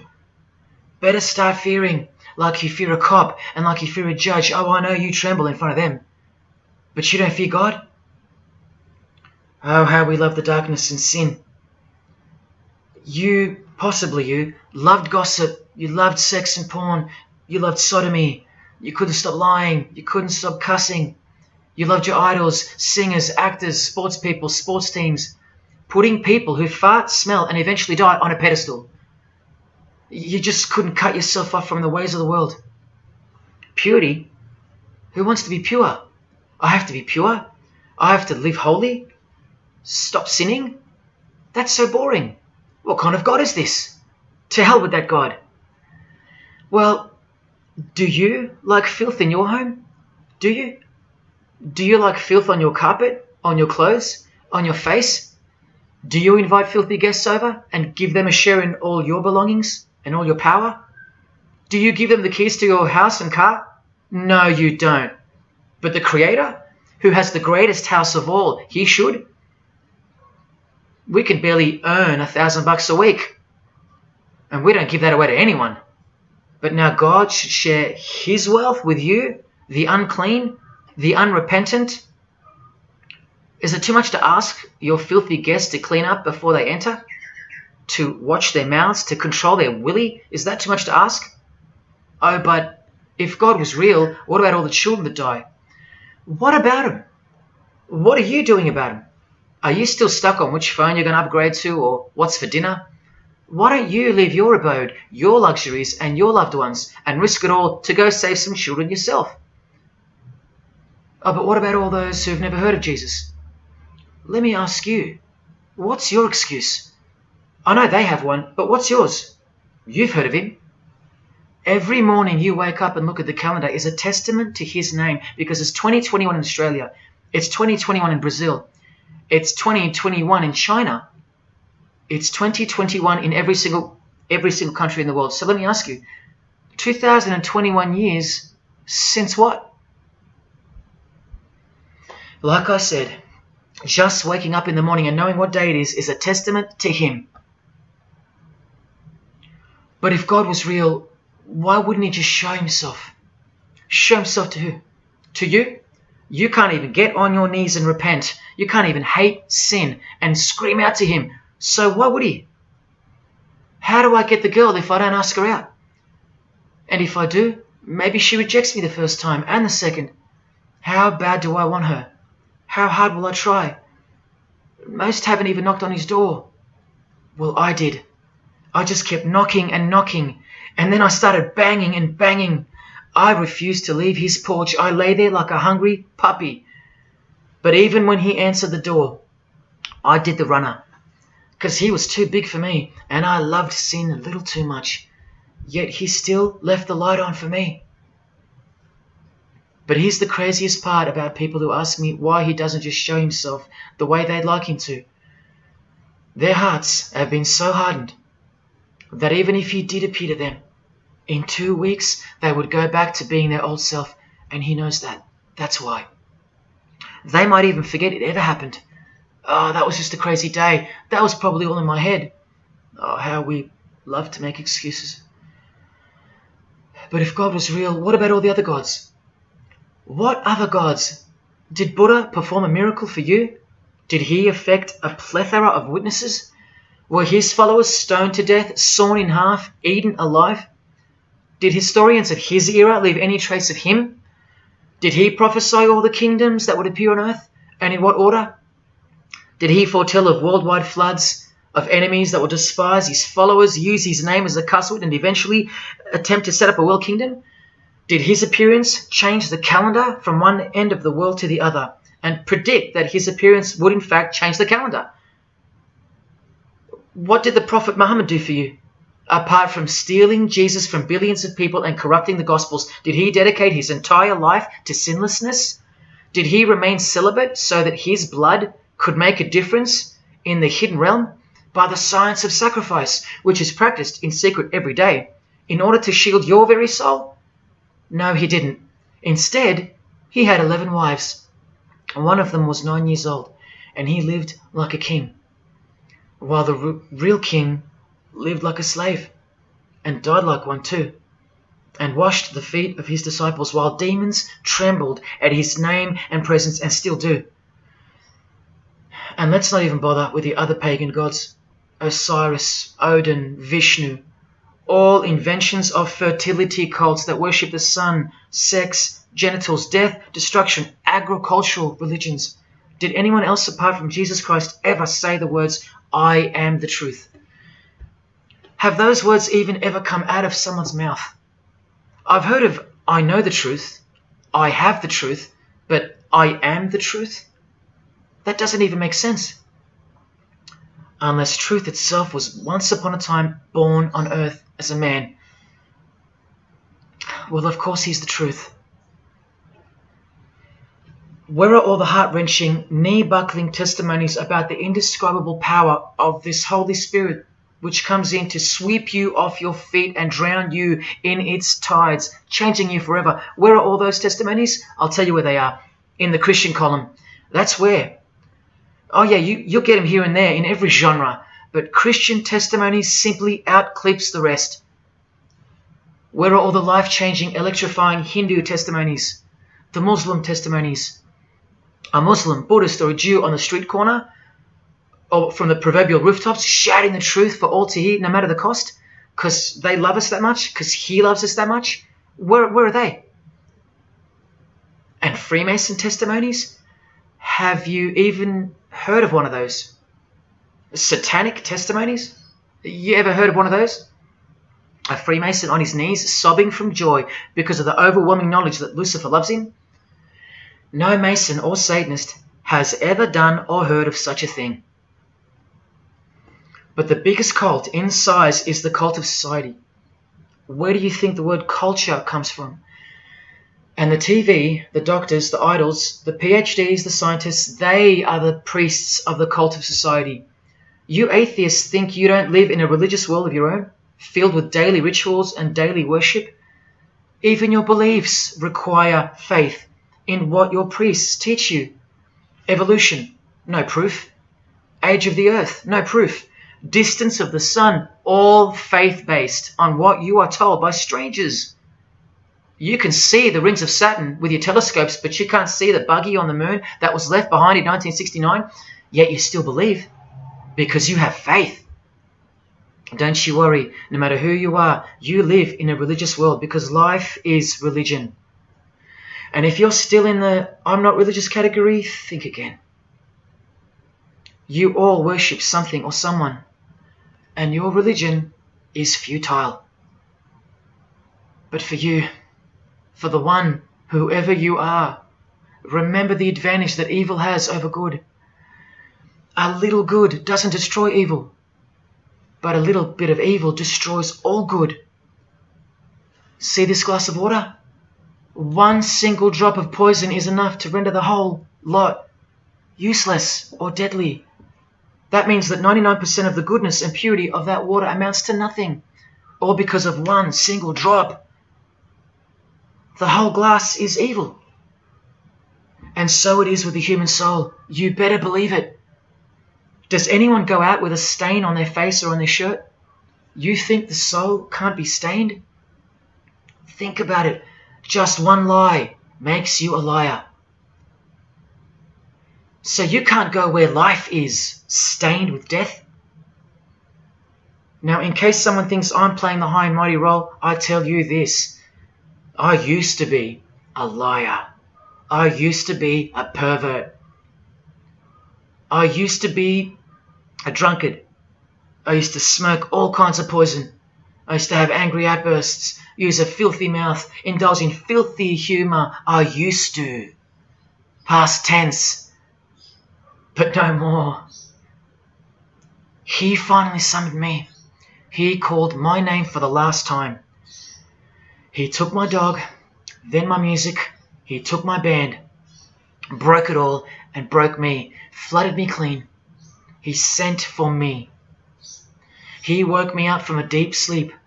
on a high-speed midnight highway with a whisper, an actual whisper in my ear, and only meters between me and a concrete wall with my name on it, because he knew I had it in me.